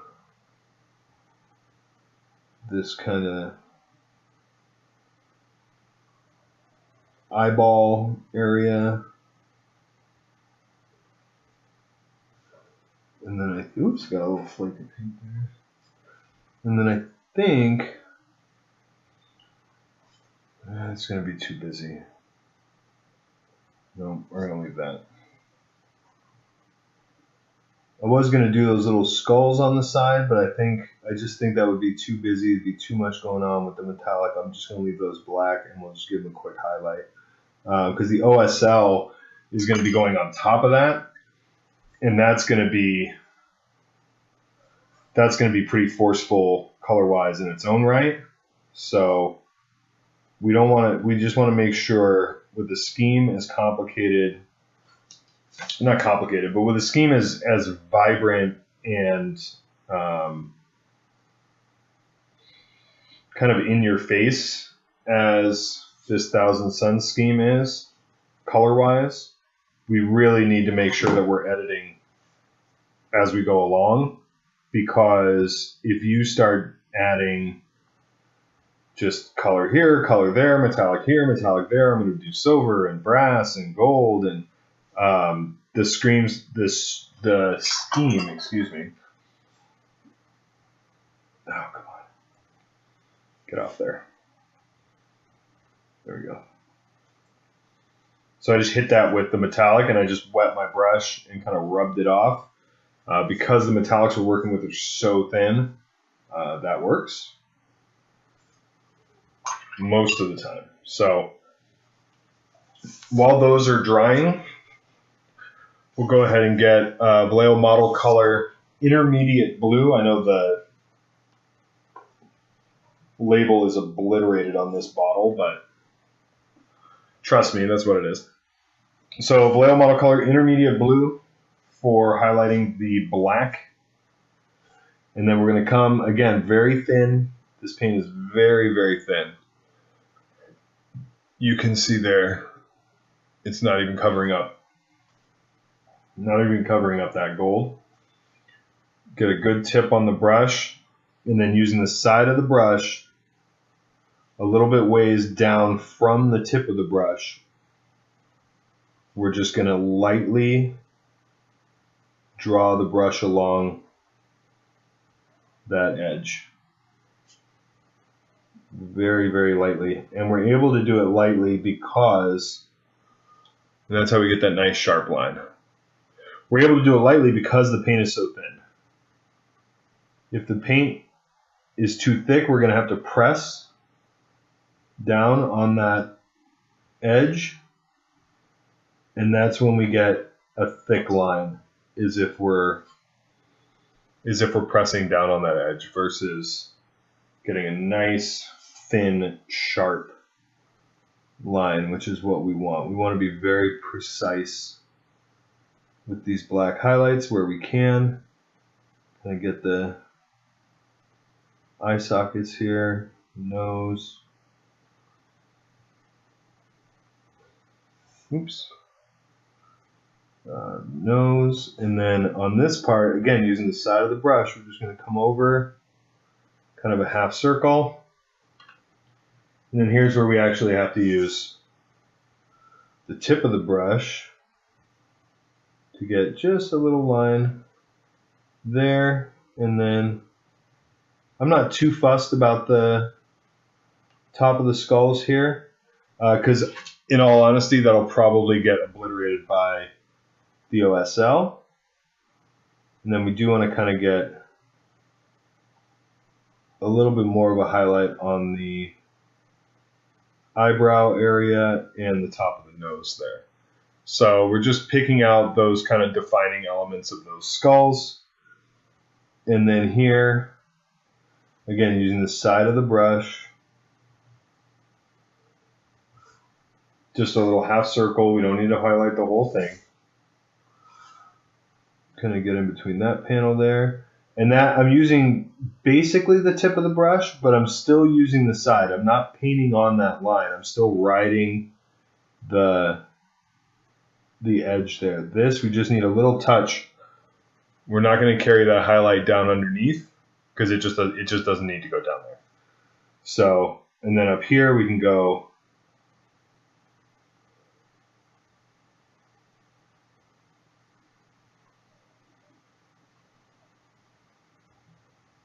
and then this is going underneath the dreadnought, so we don't have to worry about that as much. And then a little half circle and a little half circle there. And that's the black sorted. Pretty straightforward. Then we're going to come back. We're going to get some Nuln Oil. Nuln Oil is generally what I use for silver metallics. I play around with gold metallics a lot with different washes. With silver metallics, I do it less. I'm not sure, not entirely sure why. Part of it is just because I love Nuln Oil and I think it gives a great effect just straight out of the bottle. And I like how matte it dries. So you get a nice matte, shiny contrast, and then it gives a nice effect for the metallics. What I will say is I do go back more with silver. So like I may not do that kind of initial wash as much with silver, like playing around with color and stuff, but I go back more with like a silver metallic or a steel metallic, and I'll do washes after highlighting or on the surface to get different effects, like a more worn effect or something like that. So while we're waiting for the Nuln Oil to dry, then we can come back and kind of get the last of these highlights on the black.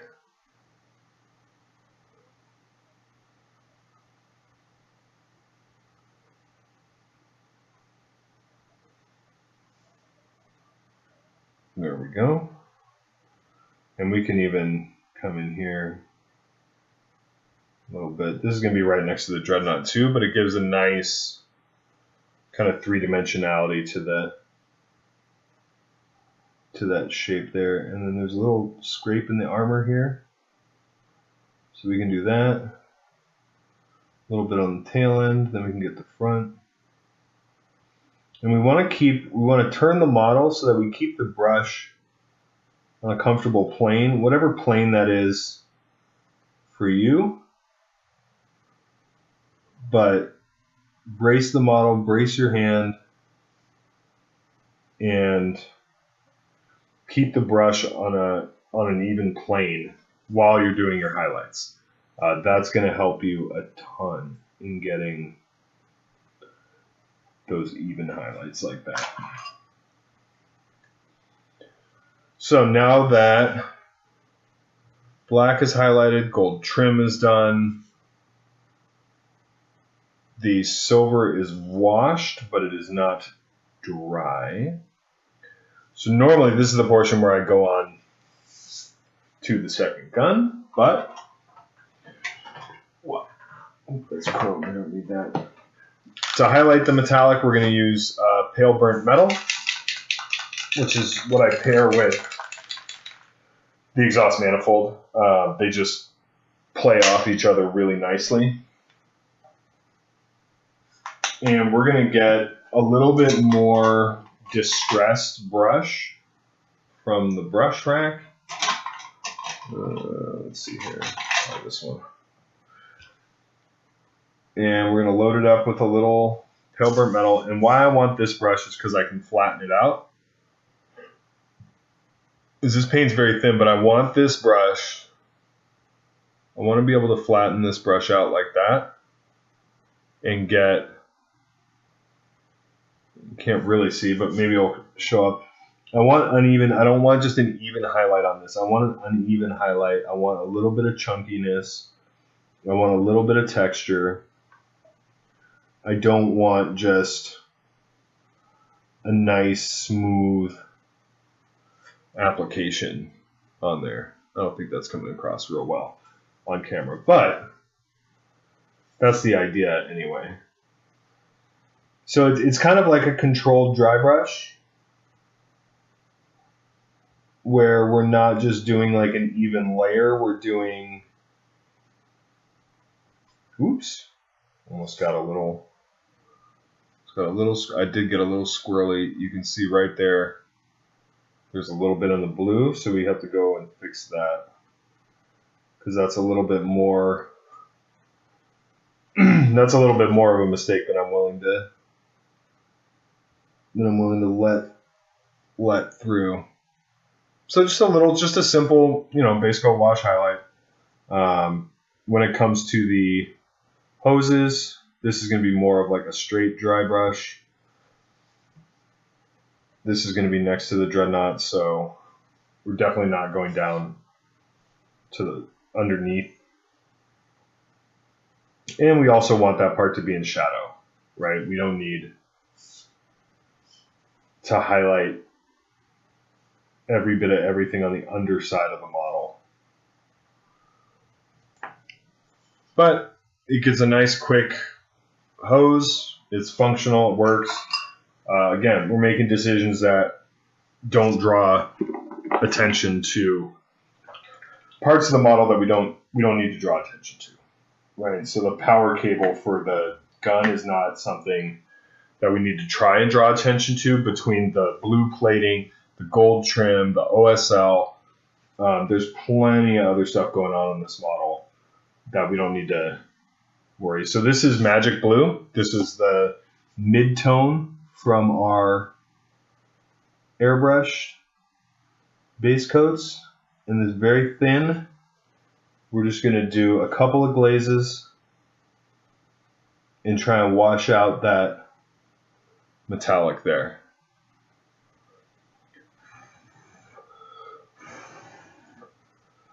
Very important when doing something like this is you need to make sure that the previous coat is dry. Otherwise, that's where you start to get streaks, and that's where you start to get in trouble. And to make this blend in, we're just going to go down to that arrow, that lower arrow there, and then end it. And you can see there, we erase that mistake. There's still a little tiny bit of variation, but not much. So always have those main body colors on hand in order to fix mistakes like that. So that's where we are. Gold trim done. Looking good, looking lustrous. Gold trim's done, black's done, steel metallic's done. And then in the next video, we'll be going over the green OSL. And it'll be time to move on to the actual Dreadnought itself, which is exciting. So thank you. Hope you enjoyed this tutorial. Gold trim, always a hot topic. Simple black. It works. It's very understated. It's very minimal. It's very much on purpose, not to really jazz up that black. So, guns are almost done, and then we can move on to the main event, which is the Leviathan Dreadnought itself. Going to be a lot of metallics and a lot of edge highlighting. This is the fourth part of the Thousand Sons Leviathan Dreadnought tutorial, and today I'm going to be doing the OSL on the plasma weapons. OSL refers to object source lighting, and the goal is to have the plasma coupling area in here look like it's glowing. So we're going to be using high contrast and using a really dramatic shift from dark to light to give the impression that those are actually glowing. For the Thousand Sons, I use kind of a spectral green, which is perfect for Halloween, but it's a softer green, and that really works because so much of the rest of the model is so vibrant with the blue and the gold that having a softer OSL color really works with the scheme and gives it kind of a mystical, spooky look, which is, again, I think really works for the Thousand Sons. So colors I'm going to be using today are Stegadon Scale Green, Cabalite Green, Sybarite Green, and then Vallejo Model Color White. I really like Citadel's kind of greenish, bluish, turquoise-ish lines. You could throw Sotek Green in here as well, but these are fantastic paints. Sybarite Green's a beautiful color. But I really, really like GW's kind of line of turquoise-ish paints. They're very soft. They're a very, very soft color. And what I mean by that is, like, you can see here, these are like GW's turquoise / blue greens. But then if you go to like a true turquoise with Vallejo model color, you can see that it's just kind of sharper, more vibrant, whereas GW's are just a bit softer. And that's what we want to go for with this OSL. Typically, you'll see OSL in like blue or, red, or some blue is usually the most common color you'll see. But I really like this green. I think it's perfect for this project. And the nice thing about doing OSL and doing, different plasma weapons and stuff is, one, plasma weapons are everywhere, so it's a good technique to get down. And then it really, really lets you pick a spot color for the army and have it really stand out. I did a blue and white Adeptus Mechanicus army and ended up using magenta for the OSL, and that looked really cool. So you really get a lot of freedom to introduce another color into the color scheme and really make things pop. So, but there is, as in all things, moderation. Sometimes you can go overboard on the OSL and it can really take over a color scheme. So it's about finding that fine line. And so what we're going to do is we're going to base coat this with the Stegadon Scale Green, the darkest color that we're going to use.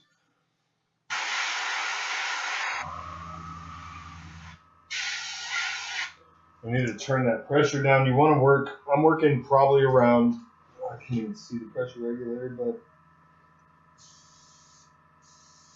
I want to be working around probably 12 PSI, make sure it's nice and thin. But I need to get up a little closer. And you can see where it's kind of overspraying on the gold trim. That's fine. That's totally fine. That helps a little bit give it the look like it's overflowing its bank, like it's glowing a little bit. We just want to make sure we get a nice coat. But we want to make sure that we don't get into the blue paneling, right? Because the light isn't going to jump up over the trim and onto the blue paneling. So we want to make sure that we're staying within that trim, but a little overspray on the trim is not a bad thing. You just don't want to overdo it. If you overdo it, it could just really take over, and then it'll look unnatural. The lighting will look unnatural. Of course,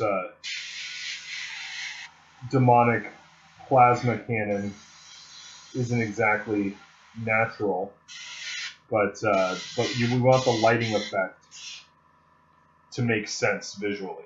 So, like, a little bit of overspray on the trim is not a bad thing. If you really, turn it up to 45 PSI and go ham, it's just going to be too much and it's going to take over, and that's not what we want. So up next is Cabalite Green.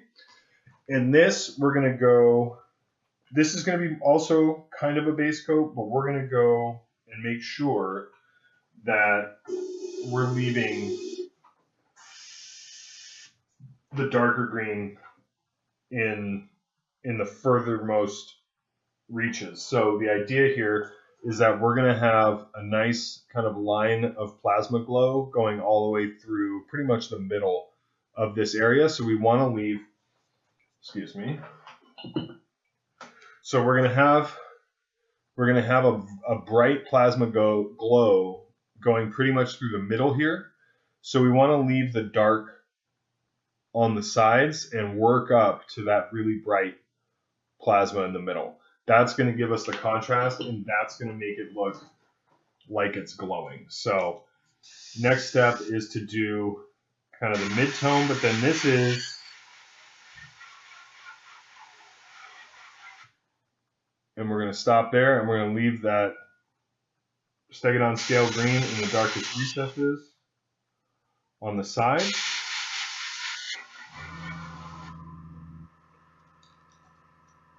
And we'll do it again. Just spraying a little air to let that all totally dry up.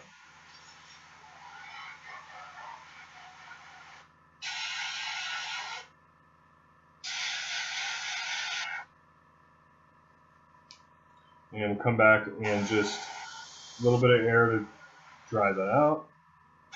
And just a little bit more, because we really want to establish this mid, because we're just gonna go right up to very, very bright from there. So we really want to make sure that we have a solid mid-tone, and then we can go up drastically from there. So that's the plan. That'll give us that glow effect. So, and you can see that it left the Stegadon scale green kind of in the corners and like underneath the trim here, and underneath the trim here is still that Stegadon scale green. The middle is that Cavalite green, and we're going to get thinner and thinner each pass with each color, and that's going to give us the glow effect. So next up is Sybarite green, and this is where we really start to see it come together with that glow. This is where we're going to notice it's starting to plasmify. And you want to make sure the paints are obviously thin enough to shoot, but not too thin, because what we don't want is for this to just go in the recesses. We want this to go on just like a normal paint. So don't thin it down too much, because it'll just flow into those recesses and then it looks a little awkward. There are other ways to do OSL, of course. This is just my preferred way and the easiest way, I think, to do OSL. So here we're going to get even narrower on the bandwidth for the Sybarite green. And we're going to try and get this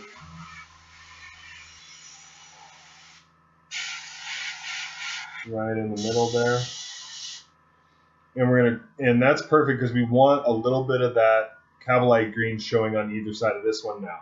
Same here, it's going from Sybarite green back to that Stegadon scale green. And that's starting to look a little glowy. And we just want to carry it through.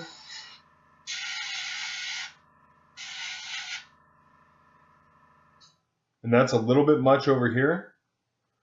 Kind of went a little too far with the Sybarite, but we're going to fix that.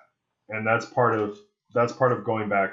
That's part of OSL as well, is editing and kind of going back and not having that whole thing just be, oh, it's just the glow. No, we want to build up from a dormant area to a glowing area is the idea. That'll give a more dramatic kind of visual effect. So in the middle, again, we're going to go back with the Sybarite. Try and get it just right in the middle there. And if you're covering enough ground, like on a Daemonic Dreadnought plasma arm, or like on the Sicarian Annihilator or whatever with the 2 plasma cannons, where there's a long plasma coil, Warhound Titan, for example, you can do multiple of these, like spaced evenly, to make it look like it's kind of pulsing, which is another cool effect. So there's a lot of room to play around with OSL and get some really cool effects.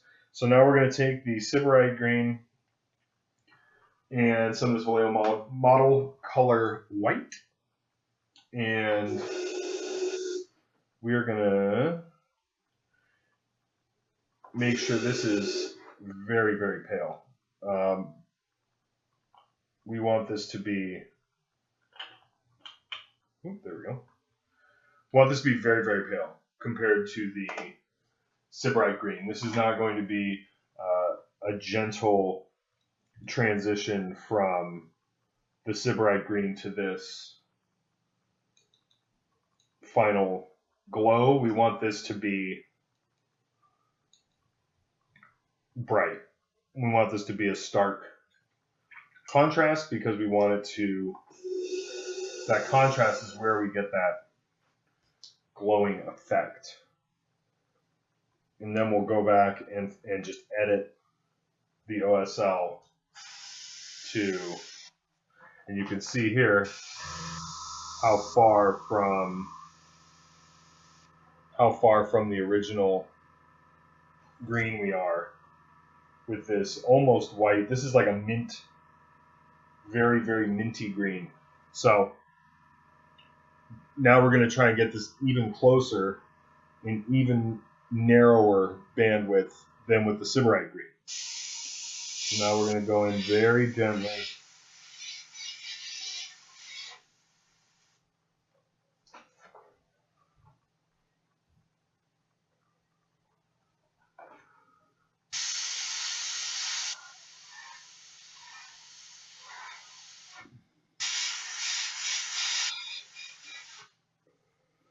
And follow it through.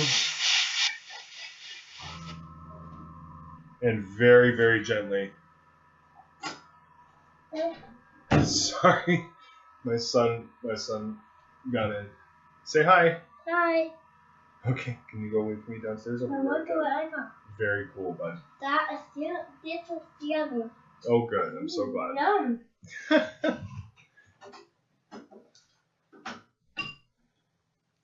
All right, we don't edit, so we're just going to keep powering through. Life happens.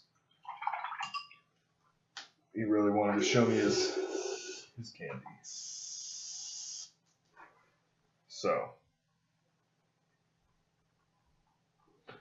So we followed that white through, or that minty white, and now that's looking a little much, right? So we're going to go back and we're going to edit that. And we're going to do the same thing over here.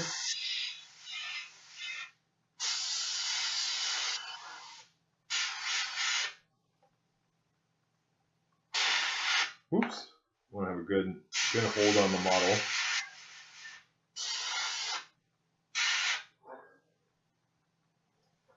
And it's not that, let me adjust the color too, because it's not that white. It's definitely still green. But the black background isn't doing me any favors on that.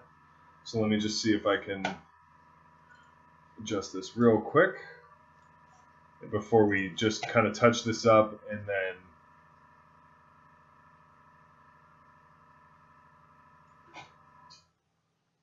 so that's a little better. I mean, it's very, very, very pale green. So now what we're going to do is we're going to go back and we're going to thin that Cabalite green just a little bit.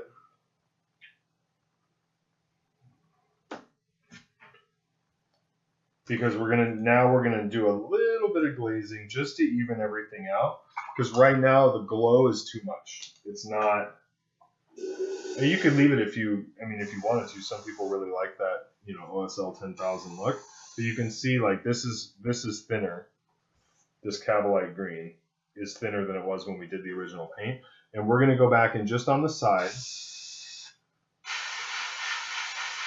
kind of reintroduce that Cabalite green on the sides there.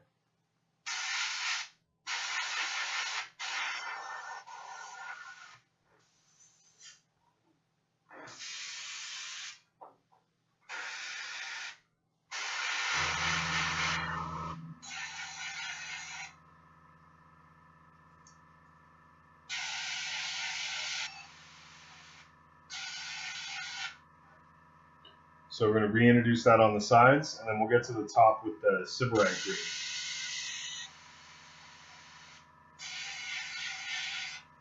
There we go.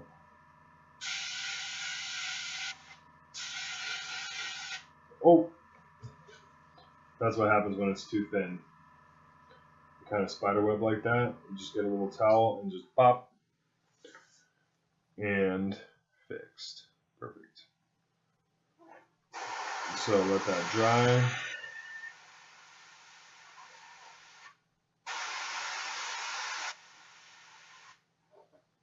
There we go. So you can see we've kind of dulled that down now. We've kind of taken that back a little bit.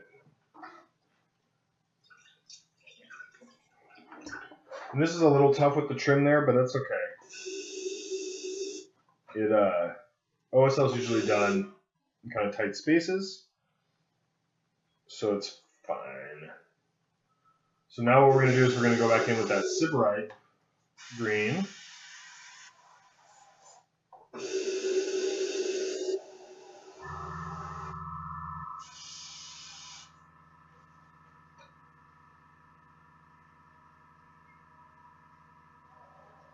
And we're going to try and get nice and close here. And on the very kind of top there and bottom there, kind of reestablish that. So now the whitish, you see we brought it down basically to like those two coils, right? And again, we're going to go on top a little bit there and on top a little bit there. We've really brought it down to about two coils and bring it a little bit on either side here. Oops.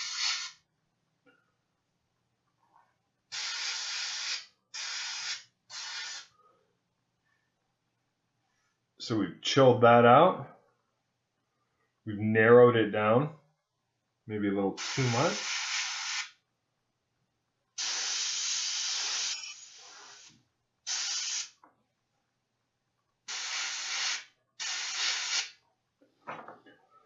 A little too much. So now what we're going to do is we're going to mix a little bit more white. And this is common. This is something that will help get, oops, shoot. Probably too much white, but that's okay. This is something that will help get smoother transitions in general with your airbrushing, is this going back and forth and working the progression, what I call working the progression, multiple times. So sometimes you get some spatter, sometimes you get just, the highlights are too high. So this is something that I'll do fairly often when I'm working on a project, is I'll end up what I call working the progression twice. And that will give me really smooth blends, really smooth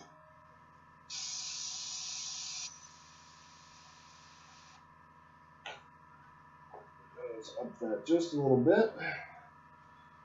Really smooth transitions, and make sure that I have the volumes that I want in the areas that I want. So now we're going to go in and try to be as fine as we can. If this paint would come out, that'd be great. So reset, clean the needle.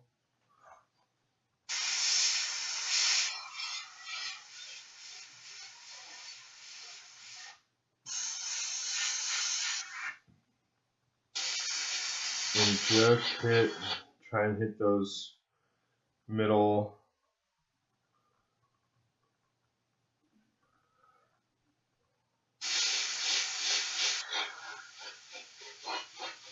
There we go. And do the other one, and this is just accentuating and really just solidifying. Oops, let's get that on camera.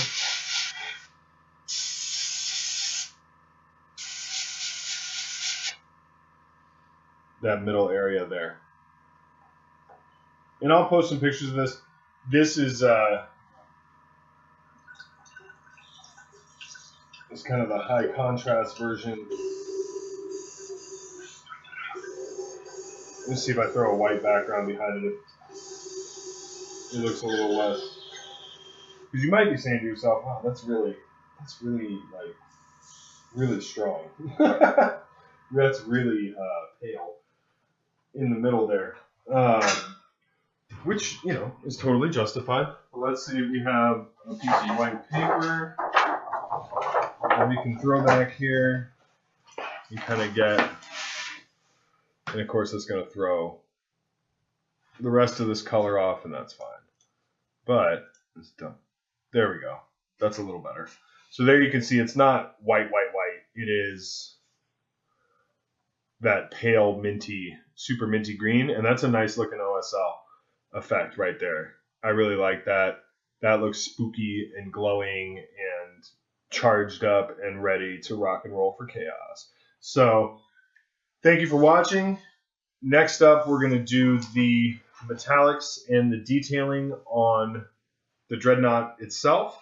And then after that, it's just edge highlighting and transfers. So should be a pretty quick conclusion to this tutorial, and then we'll kick off the next series of tutorials. So today I'm going to be doing part 5 of the How to Paint Thousand Sons Leviathan Dreadnought tutorial. And today we're going to be doing the steel metallics and a little bit of detailing, mostly just the eye lenses. And we're nearing the finish line on this model. After the steel metallics, it's really just edge highlighting and transfers, and this model will be done. It'll be a great one to get onto the field and put together and see it all come together there at the end. So I'm excited.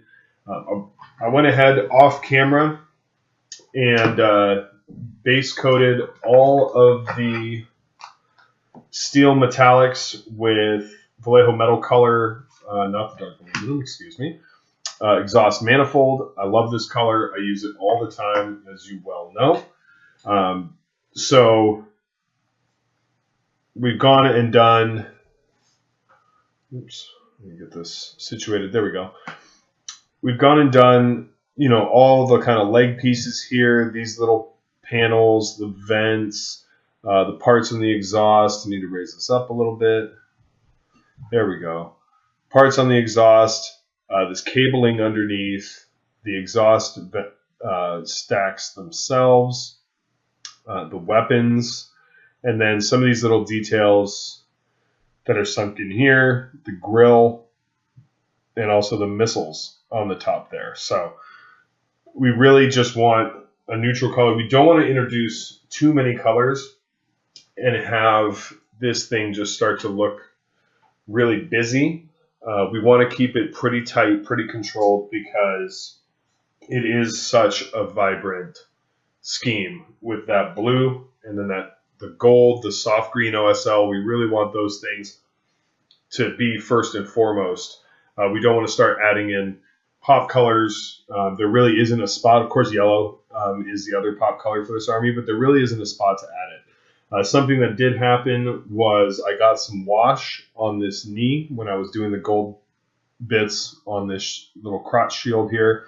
That's unfortunate. I haven't fixed it yet because I'm going to try and see if I can cover that up with a transfer when it comes time to do transfers. If I can just put a transfer on this knee pad and cover that spot up, I don't have to fool with it and try and fix it. So ideally, that's what I'm going to do. But base coating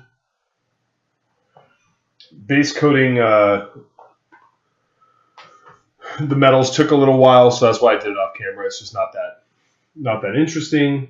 But now we're going to go in with just straight Null Oil from GW, and we're just going to give a nice coat to all these metallic areas.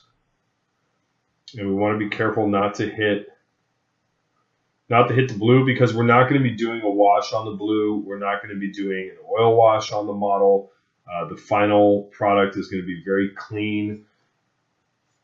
So we're not doing an oil wash. We're not doing an acrylic wash anywhere. So we really need to keep those panels clean, because they're just going to be as they are now. The panels are done except for the edge highlighting, which is where we're going to get a lot of our contrast on this model. So or on those panels at least. So kind of working my way around. And you notice I'm staying on the bottom half of the model. This is something I do with most models that I paint. I'll stick to kind of one what am I looking for? Height? No, that's not necessarily. Anyway, I'll stick to one section of the model if I'm doing a bunch of washes or something like this. I'll stick to, in this case, like the legs, and just go all the way around. That way I know I'm not missing anything. I'm not skipping around. I'm not going back and forth between the lower body and upper body. I just work my way around. And then now that the legs are done, I'll start on kind of the mid area with the weapons. And we're not going to do any OSL or anything around these Volkites in the chest here. We're just going to leave those alone. You're going to do them just very simply. Again, we don't want to draw undue attention to them. Come in here. Make sure we get all these little panels and hoses. And this is really all we're going to do on those hoses under there. We're not going to be, highlighting those up. Those are going to be covered up by the weapons, but we did want to get a little bit of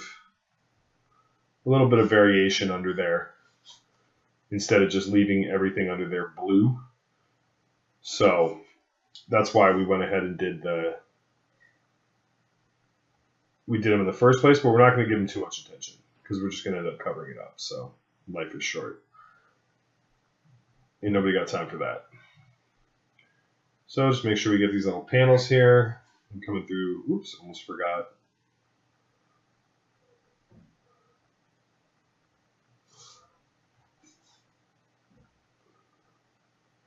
Here we go. Get those. Get the gun. The outside of this gun. Again. And there we go. Now when we get to the front of the model, now we have to be a little bit more careful getting that front vent there.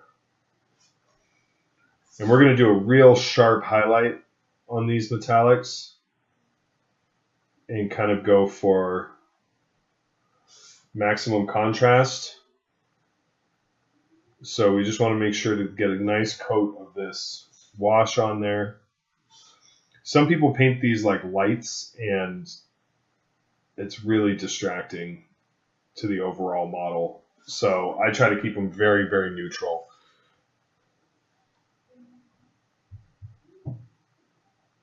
And the smokestacks.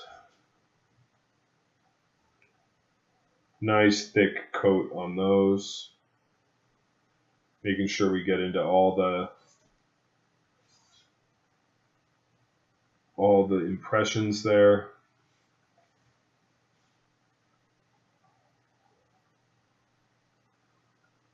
And then by the time we get, let's not forget these.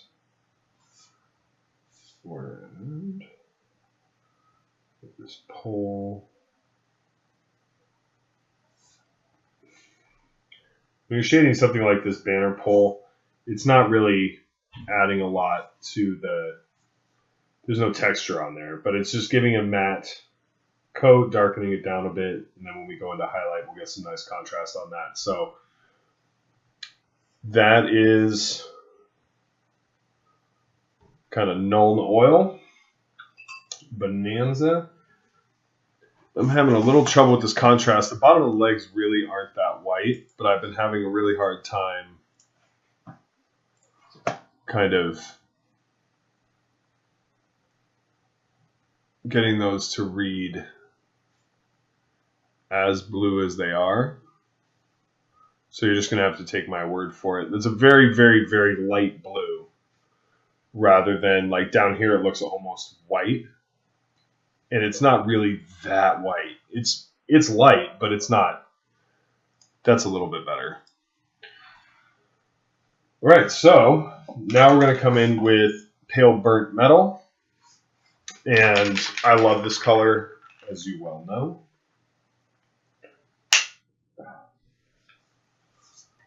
And let's get Clean Wow here. And we're going to be using another busted up brush, same brush. And this is, we're going to flatten it out like I've done in other tutorials because we want, you can see those points on the brush there. That's what we want because we want to get a little bit of texture when we're doing these metallic highlights. So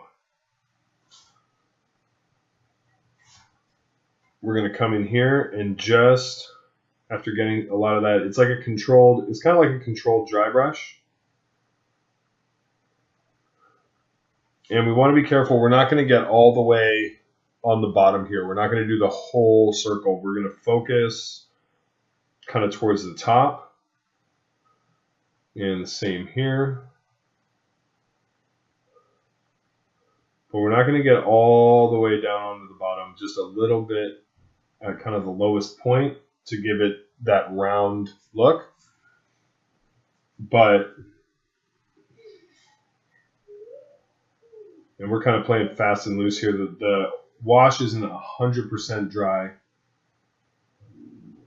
in the deepest recesses, but that's okay. Because we're trying not to get in the deepest recesses anyway. And here what I'm doing is I'm just concentrating on the high points of those curved shapes and kind of leaving the rest in shadow. But we don't want this to look super decrepit. We want this to look clean and well kept like the rest of the army. There isn't a lot of, kind of wear and tear. You could think of it as, being supernaturally maintained, being part of the Thousand Sons. So we're really just accentuating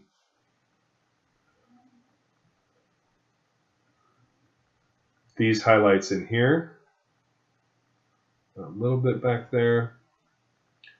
But we're not getting down close. So that really accentuates that round shape on the hip joint there. Now I do want to make sure to get this lip on the bottom there because that will catch light, but not that whole bottom part of the joint. Again, just reinforcing that shape, reinforcing the light. So a little bit on the lip there, but not the whole shape. So a little bit on the outside, but again, we're not getting deep into the crevices where light wouldn't penetrate. We're really keeping it, but you can see, man, metallics are tough to film, let me tell you. From a guy that films a lot of metallics are tough. Oh, that made it worse.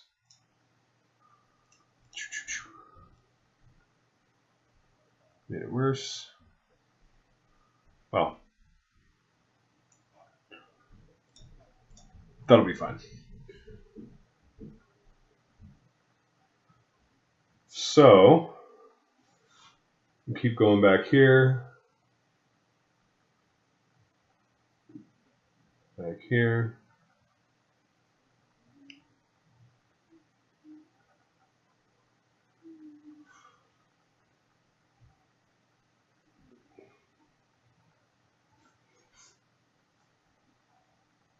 We're still waiting for that wash to dry a little bit. And this is going to look a little stark, but that's something that will lend a lot of credibility to the shapes, is to get that stark contrast between, like you can see there, that looks on the vents.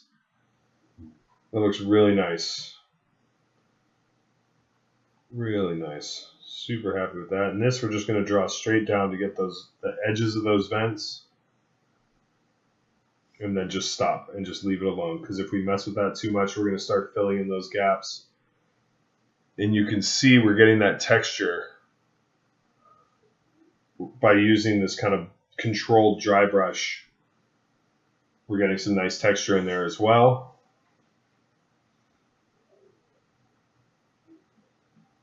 And I cannot wait to get to the edge highlighting portion of this, because that's really where, and again, real quick, focusing near the top, focusing on the outside of that cylindrical shape. Edge highlighting is when this thing is really just going to come alive. So I'm super stoked to get to that in the next video. Probably won't be until next week, but I might. Oh, that was close. Might film this week and upload next week, but we'll see. See what I have time for.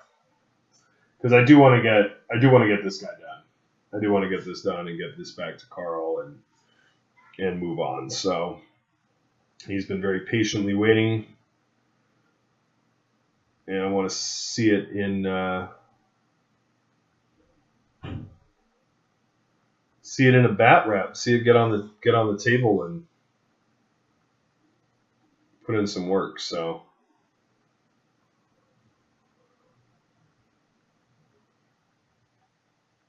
Get these missiles. Get that vent. Again, same thing with the. Oops. Same thing with that vent. Sticking towards the top of that circular shape is just going to accentuate that shape even further. And then for these, we're really just going to highlight very, very lightly.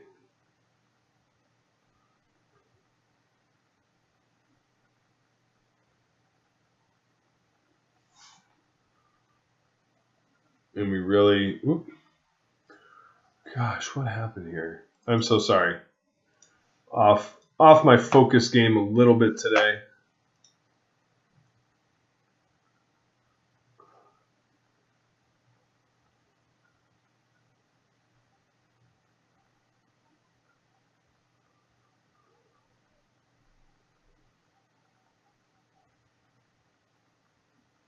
Look right there. There we go. Off my focus game a little bit. So that looks pretty good. And this banner pole thing, I'm just gonna leave. Nah. I'm gonna get let's get most of the paint off and just do a rough dry brush all the way around. That'll be better. I was gonna leave it matte, but it just stuck out too much with everything else being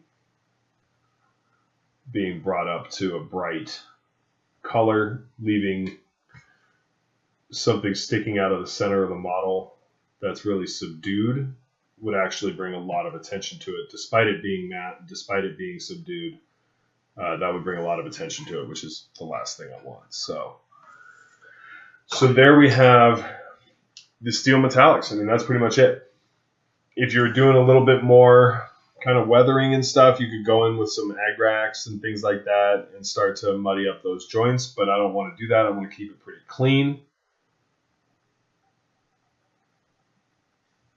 And so that's looking pretty good.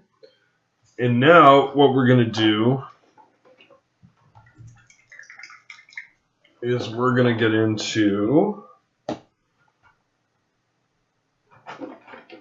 we're going to come in here real quick and we're going to do the eyes, and then we will be ready. I'm not going to do a Patreon, I'm not going to do a post on the this little back banner thing. I'll have plenty of opportunities to do, parchment and books and stuff. It's just kind of a mess as far as all the different symbols and junk. So it's just not going to translate. It's going to take too long it's going to take a while to just kind of work all those little details out. And it's going to take too long for it to be anything closely resembling an interesting post. So I'm going to spare you and me and just do that on my own time. You'll thank me. So we're going to take P3 Gnarls Green, and hopefully we'll actually be able to see this, because this one is going to be tricky. So we're painting the eye lenses. I'm going to try and get it to where I can both paint it and you can see it. So we're going to do just a little Gnarls green for the base coat.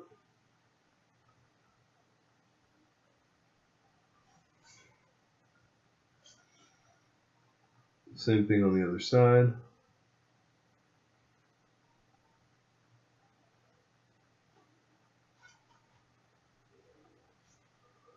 I realize that the carapace is in the way. So I'm going to try and keep this at an angle.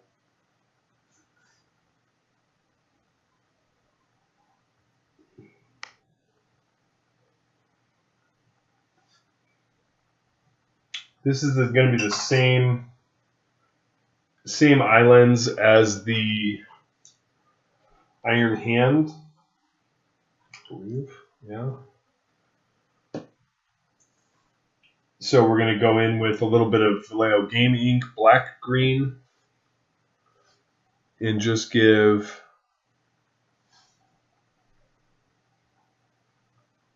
come on.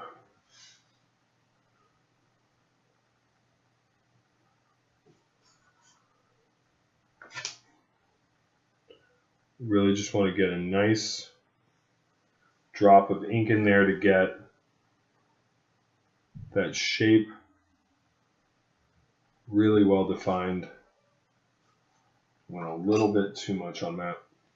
So I'm going to wet my brush and come in here and just kind of take some of that off. There we go. And we've got not so we have too much on the other side and then not quite enough on this side. So I'm going to come in here and put another little dot of that ink in there. There we go. Whoops. Help if I can hang on to my brush. And then while that's drying, we can just kind of look over and start thinking about, oh, what happened here? Okay, so I might have a couple spots that I need to touch up. But again, so you can see that little spot right there.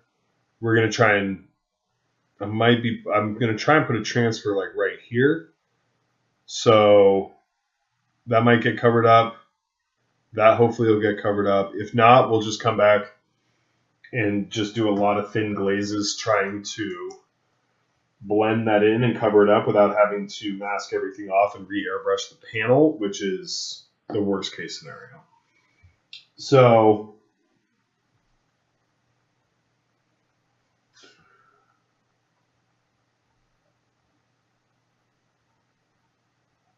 now we're going to get in there with P3 Worm Green. And this is a very bright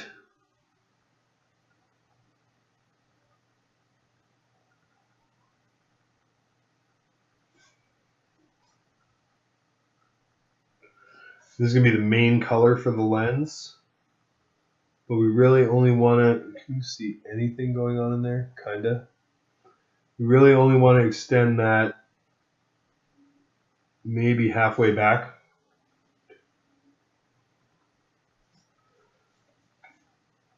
There we go. This will be a little easier to see, but a little harder to paint. That's a trade-off I'm willing to make.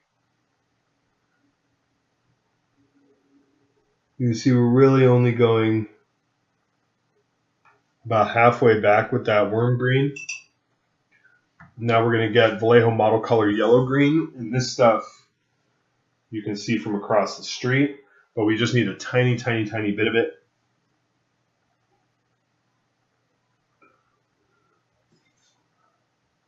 Make sure we have a good tip. Come in here and really just get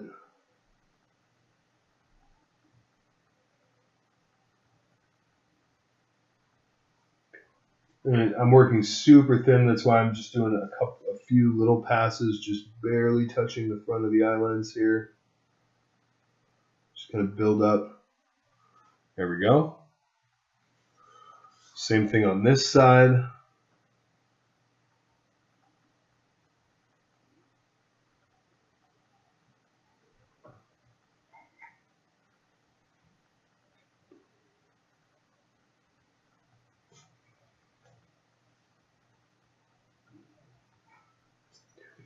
And then Vallejo model color white. And this is the tricky part. So resting my hand on the table, holding the model very, very steady in my hand, bracing my finger on the model, and kind of everything pushes down. And that way, there we go, hold it like that. Reset. That way nothing's moving.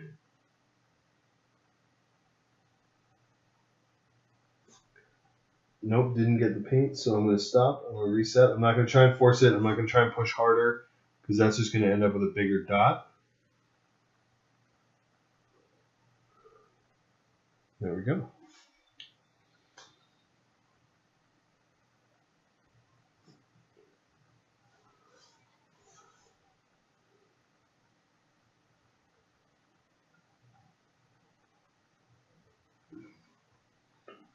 There we go. That one was better than the other one. Let's try again. Whoop, there we go. Nailed it. That always feels good. So we got the eyes done. We got the metallics done. Quick, quick, quick. And we are looking, if I can focus in on this thing. There we go. Looking pretty fierce. I mean, this thing is looking pretty good. We are nearing the finish line. Next up is going to be edge highlighting, and that's when, that's where you make your money. That's when it really just starts to pop. So I'm looking forward to that, and that'll be next, probably next week. But hope you enjoyed this. This is covering ground on other models that I've already covered, but it does also show kind of the value of getting familiar with certain recipes, getting familiar with certain techniques, and you can use those across different model lines and different armies to get different effects. So thank you. And next up, we're going to be doing edge highlighting, and that one's going to be a long one, but really is going to make the difference on this model 100%. Today we're going to be doing the penultimate step for the Thousand Sons Leviathan Dreadnought tutorial, and that is my personal favorite step, maybe next to the airbrushing, which is edge highlighting.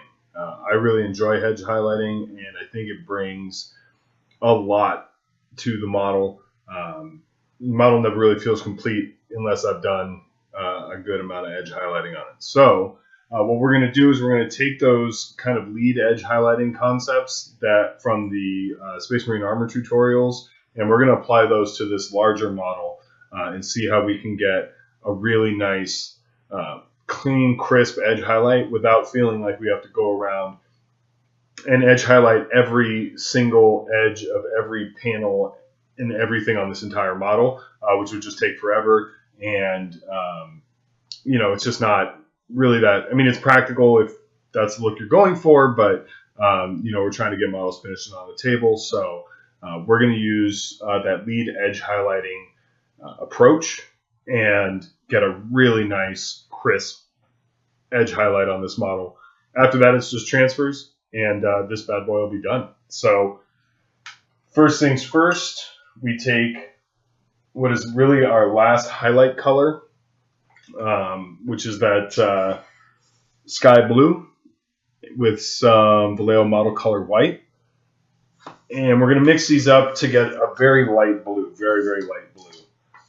We don't want it to be pure white, obviously, but we do want a very striking blue because we want this edge highlight to really pop. So more sky blue than white, because we do want it to still be blue. We don't want it to be too light. So turn my hat around so I can get under this light here. So you can see how light that is. That's registering as pretty much white on the camera. Let me see what I can do about that. It just might be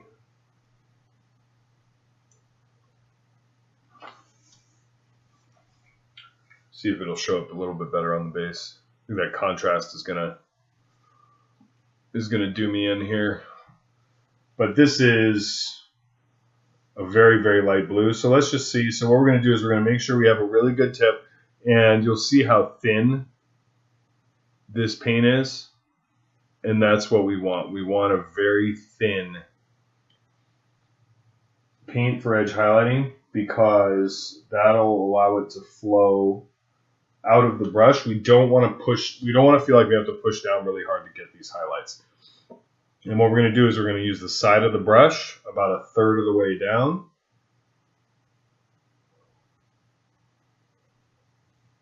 And we're just going to very gently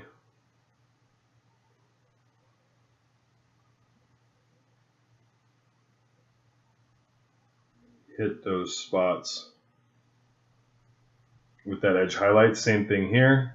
Side of the brush, about a third of the way down, and we're just going to hit the edge. And the reason we use that thin paint is because we're just barely like feathering that edge. We're not pushing down, and that is too light. So let's try to do just the pure sky blue. And this is something that happens during painting. You know, sometimes it's just too light. Yeah, that's pretty light too, but we're going to stick with it. And again, just using the side of the brush. I don't usually paint these lines on using like the tip of the brush. I try to always, especially on something like this Dreadnought, where so you can see we get that really nice. That's a little better. This front one was just too much white, and it really just gave it a very striking edge highlight, which is okay, but it's not ideal. So we're skipping this little downturn here because it's really not going to catch the light. And then we'll get these two little indents there. And again, we're not doing this top part here because that's not going to catch an edge. Right? We're just doing the edges that would catch light, so we can get in here, get the front of that. And because this is so thin, as it dries, it's still a little transparent. So as it dries, it'll settle down. It's not going to be as light as it appears right now. So this one's a bit tricky, getting behind this gold there. And I'm still trying to use the side of the bristle, but it's very, very, very close to the tip.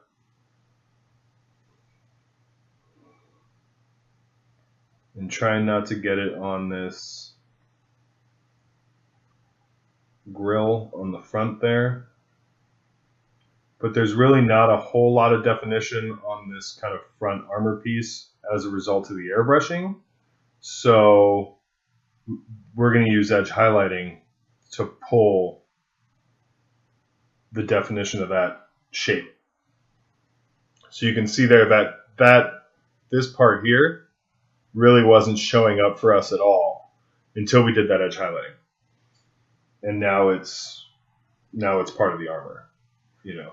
So come down here, we'll just finish this off. Make sure to get the rivets. The rivets are really important whenever you're edge highlighting Space Marines in particular, all those little dents and rivets. So that lightened up, so we're actually going to come back and do another little, make sure to get the bit over the head there. And these little circular elements up here.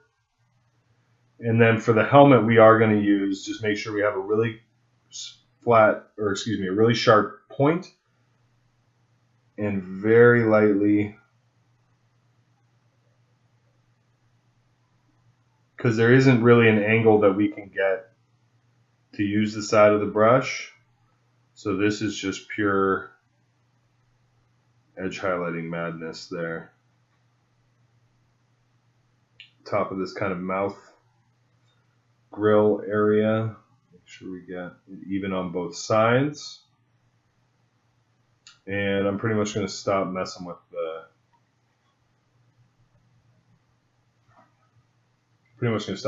helmet there. That's pretty good. Maybe a little, there's like a little ridge here, so maybe just a little hint on the ridge there.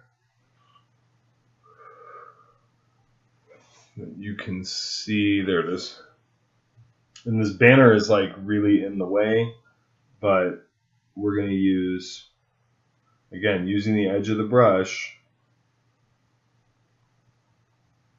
because we're hitting a right-angled edge with a round brush. The surface area of where the brush hits that right angle is going to be very, very, very, very small and very thin. This just has to be done by hand in here.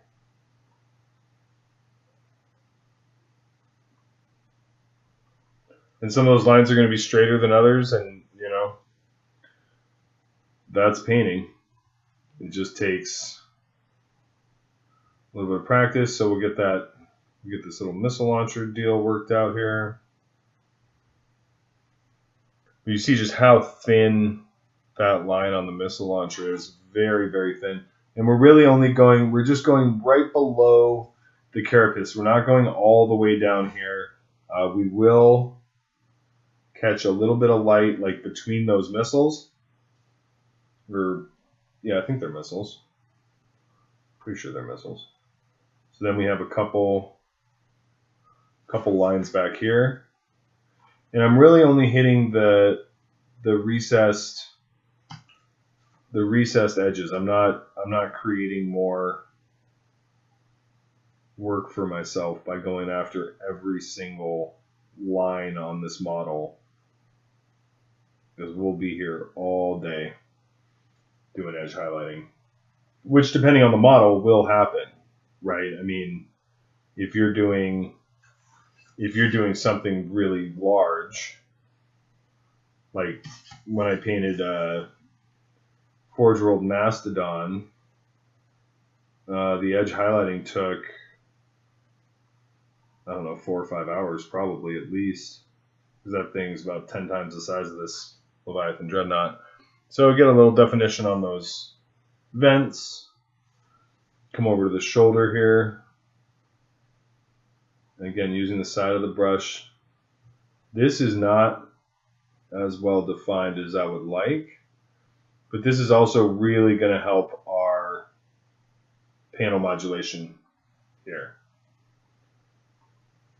So you see that first pass, very thin, and then the second pass to kind of shore that up a little bit.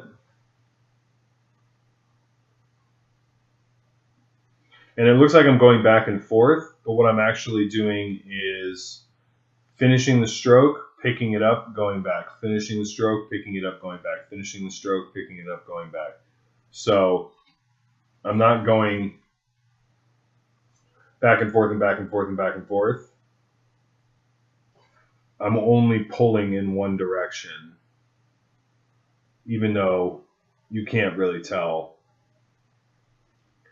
just because of the nature of the filming.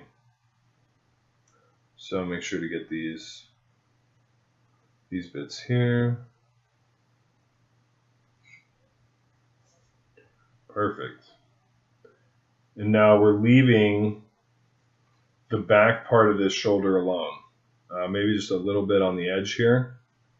But for the most part, we're not doing really the back of those elements. We're going to leave those alone. But we can come over here and start to do this side of the carapace.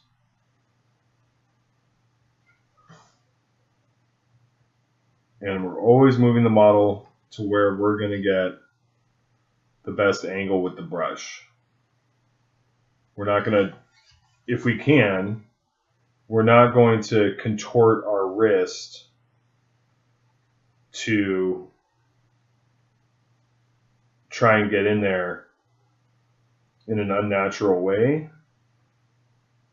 We're going to try and move the model to where we're repeating the same stroke over and over and over again with the brush. And that just adds a level of comfort, a level of familiarity, a level of repetition to where I know how much paint I'm dropping off. I know what the consistency of the paint is, how it's holding up. I know all those things based on the fact that I've done this stroke so many times that you can see this thing's really starting to pop. We got a little wavering back here. That's okay.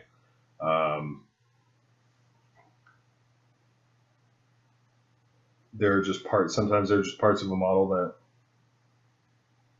aren't perfect, and we just have to be okay with that. Because the thing about edge highlighting a model like this is just how difficult it is to go back and like hand blend those panels if I need to fix something. So unless it's like an egregious shortcoming in edge highlighting, unless I really screwed the pooch on a panel,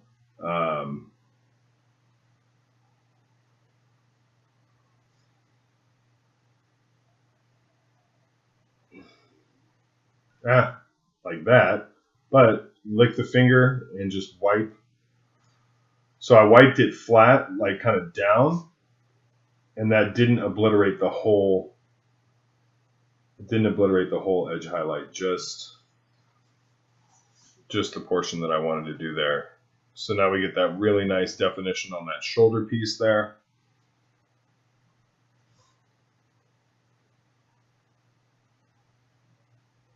And these rivets. And again, the rivets are absolutely key on tanks and dreadnoughts and just really any of those kind of constructs. That's a little big too. So again, lick the finger and just kind of wipe it off. Come back. Kind of touch up that front highlight there. And, Bob's your uncle. That looks pretty good. So just double checking the top here. Forgot the vents on the other side. So we're going to flick this around again. Try and get back there.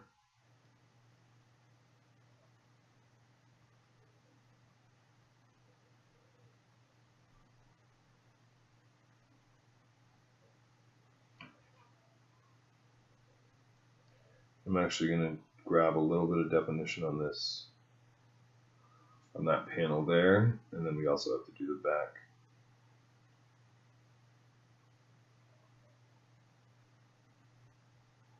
But very, very, very lightly. I just want a hint of light on those top panels there. But that added a nice break up to that.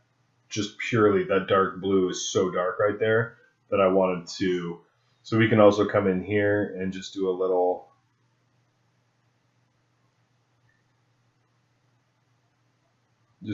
bit just on the tops of these and make those kind of those other little panels stand out a little bit. That's a nice little touch to do.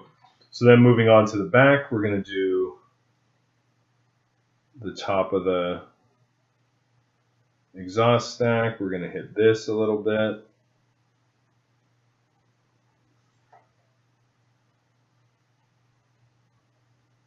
So really just all these top edges, and you notice I'm not going all the way back and I'm not going all the way over to the side here. I'm leaving it a little short just to get that highlight in the middle. I don't necessarily want to highlight that whole entire vent there. I just want to get it in the middle just to acknowledge the highlight. But again, we'll just come out here, do a little bit there. But I am going all the way around on the top because I do want this panel to be differentiated from the body panel above it. And so that edge highlight is kind of a line of demarcation on that top panel. Get this little vent deal here, a couple more rivets, And this we want to keep dark, right? This central area here we want to keep dark, so we'll just hit the top and bottom of these vents right there and really just leave it. This whole area in here we're not going to touch. We really just kind of want that visually. We don't want to draw a lot of attention to that area. So now we're going to move down to the middle body. And you'll notice I went all the way around the kind of top of the dreadnought. And now I'm moving down to kind of the midsection, which is really just the back, because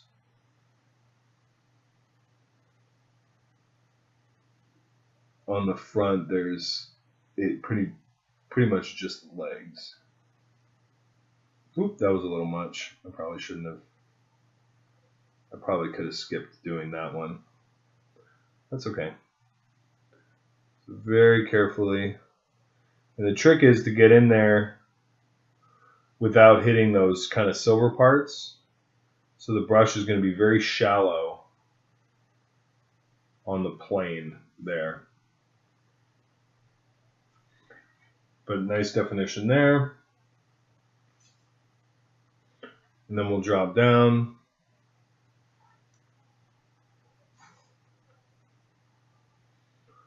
And again, we're not going all the way back. We're not doing all those rivets. We're just going to do the front ones. We're going to do the bottom here.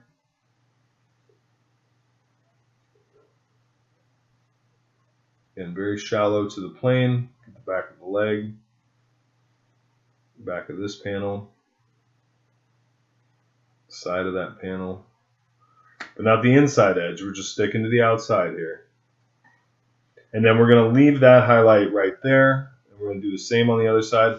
And we're going to leave those highlights there because once we stick the guns on, you can see there how cast in shadow it is. So this area right here, we're going to leave in shadow because it's going to be behind the gun. So we're not going to highlight that. We're going to let that whole thing just fall into shadow and give us a nice natural look back there. The legs are exposed, so we're going to come in here and get a nice, we really want nice definition on these legs. So come around the front, hit that.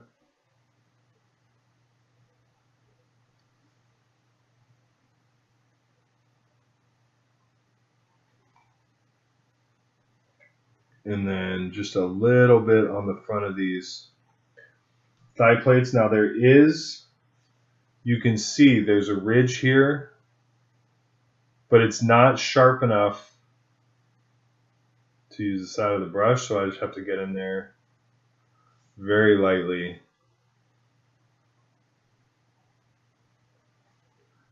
And then this is sharp enough, but I don't know if I can get a good angle.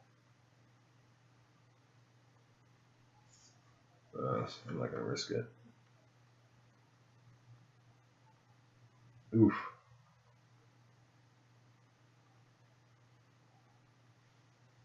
Not bad. Not bad. Not perfect, but not bad. So then we're going to come here, and that's probably because I wasn't bracing properly. So if I brace this on the table, go nice and slow. That was a much better line than when it was floating in the air on the other side. And that's why I tell you to brace the model when you're trying to do detail work or a fine line or something. So you can see the difference between those two. I mean, it's subtle, but it's there. So then we're going to carry through on the knee here. You can see like there's silver on the edge of this, which I didn't bother to touch up because it's gone now with the edge highlight. And that's something that will save you a lot of time. Oops. No, I'm getting too close here. Okay. And again, we'll come kind of on this outside edge. Need a little more paint. It's too thin. Kind of on this outside edge here. Boom.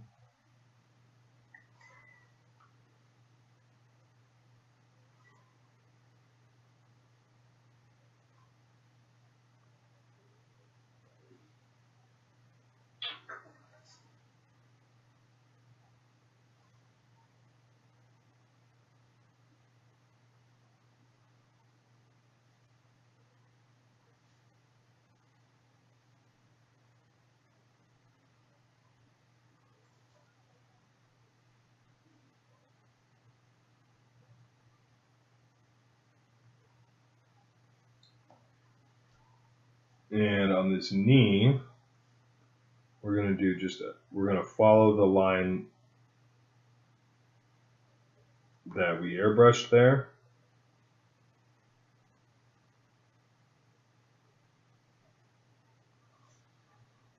And then we're going to get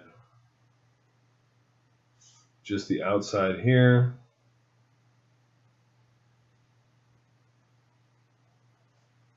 And the outside on the other side. Make sure to not forget to do that. See, I'm skipping around now, and then that's when I get kind of paranoid about missing stuff. So we're going to have to make sure to go. So just a little hint on that corner, because that is going back underneath the model, and then flip it. Get a nice edge on the front there. Right there. Perfect.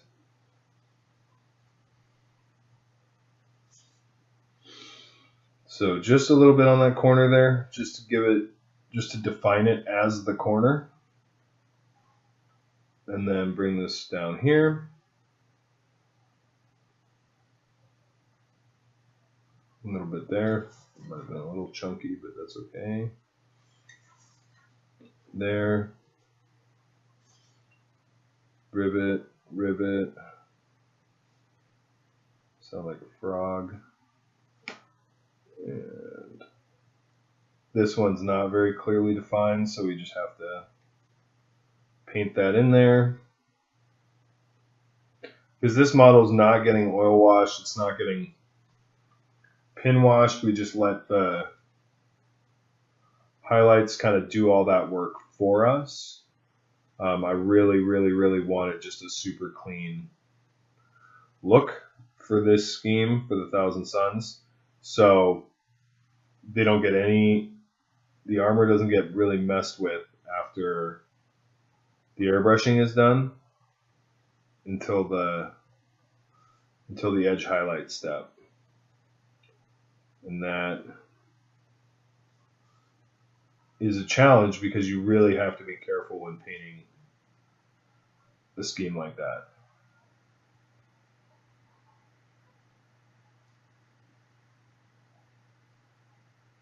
Because if you start getting squirrely with the highlights and everything, you're going to end up with a lot of touch-up work. And that's not ideal. This is super time-consuming. So little points of light there to find this. And one of the things that really helps define those kind of sunken in like cable port shapes is getting both the top of the circular shape and then the inside of the bottom. And that really helps define those. Same thing like on purity seals, like very similar shape. So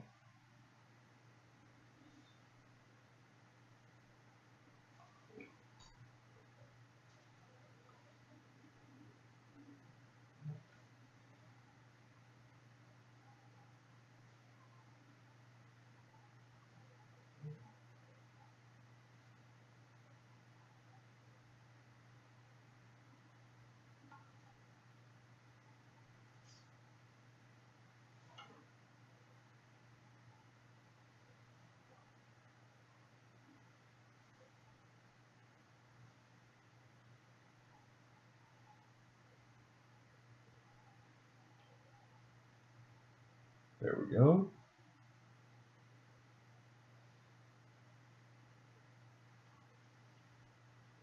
And now just working our way around the feet.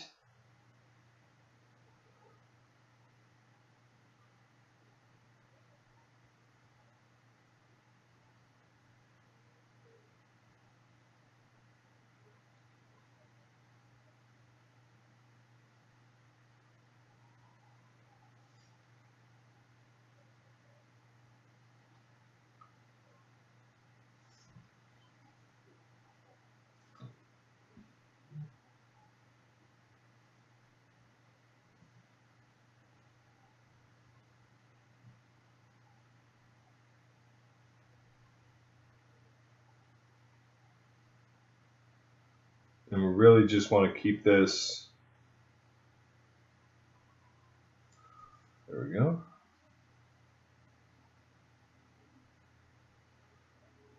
Pretty limited. We don't want to do a ton of work on the feet because we don't want to draw a ton of attention to the feet. So I'm actually going to come back in here and draw these out a little bit because there's a.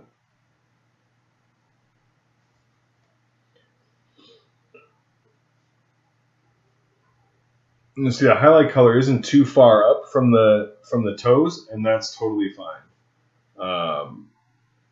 But you can see how much better defined everything on this model is now that we've done that edge highlighting step. And just giving it a quick once over look, make sure we hit everything we needed to hit.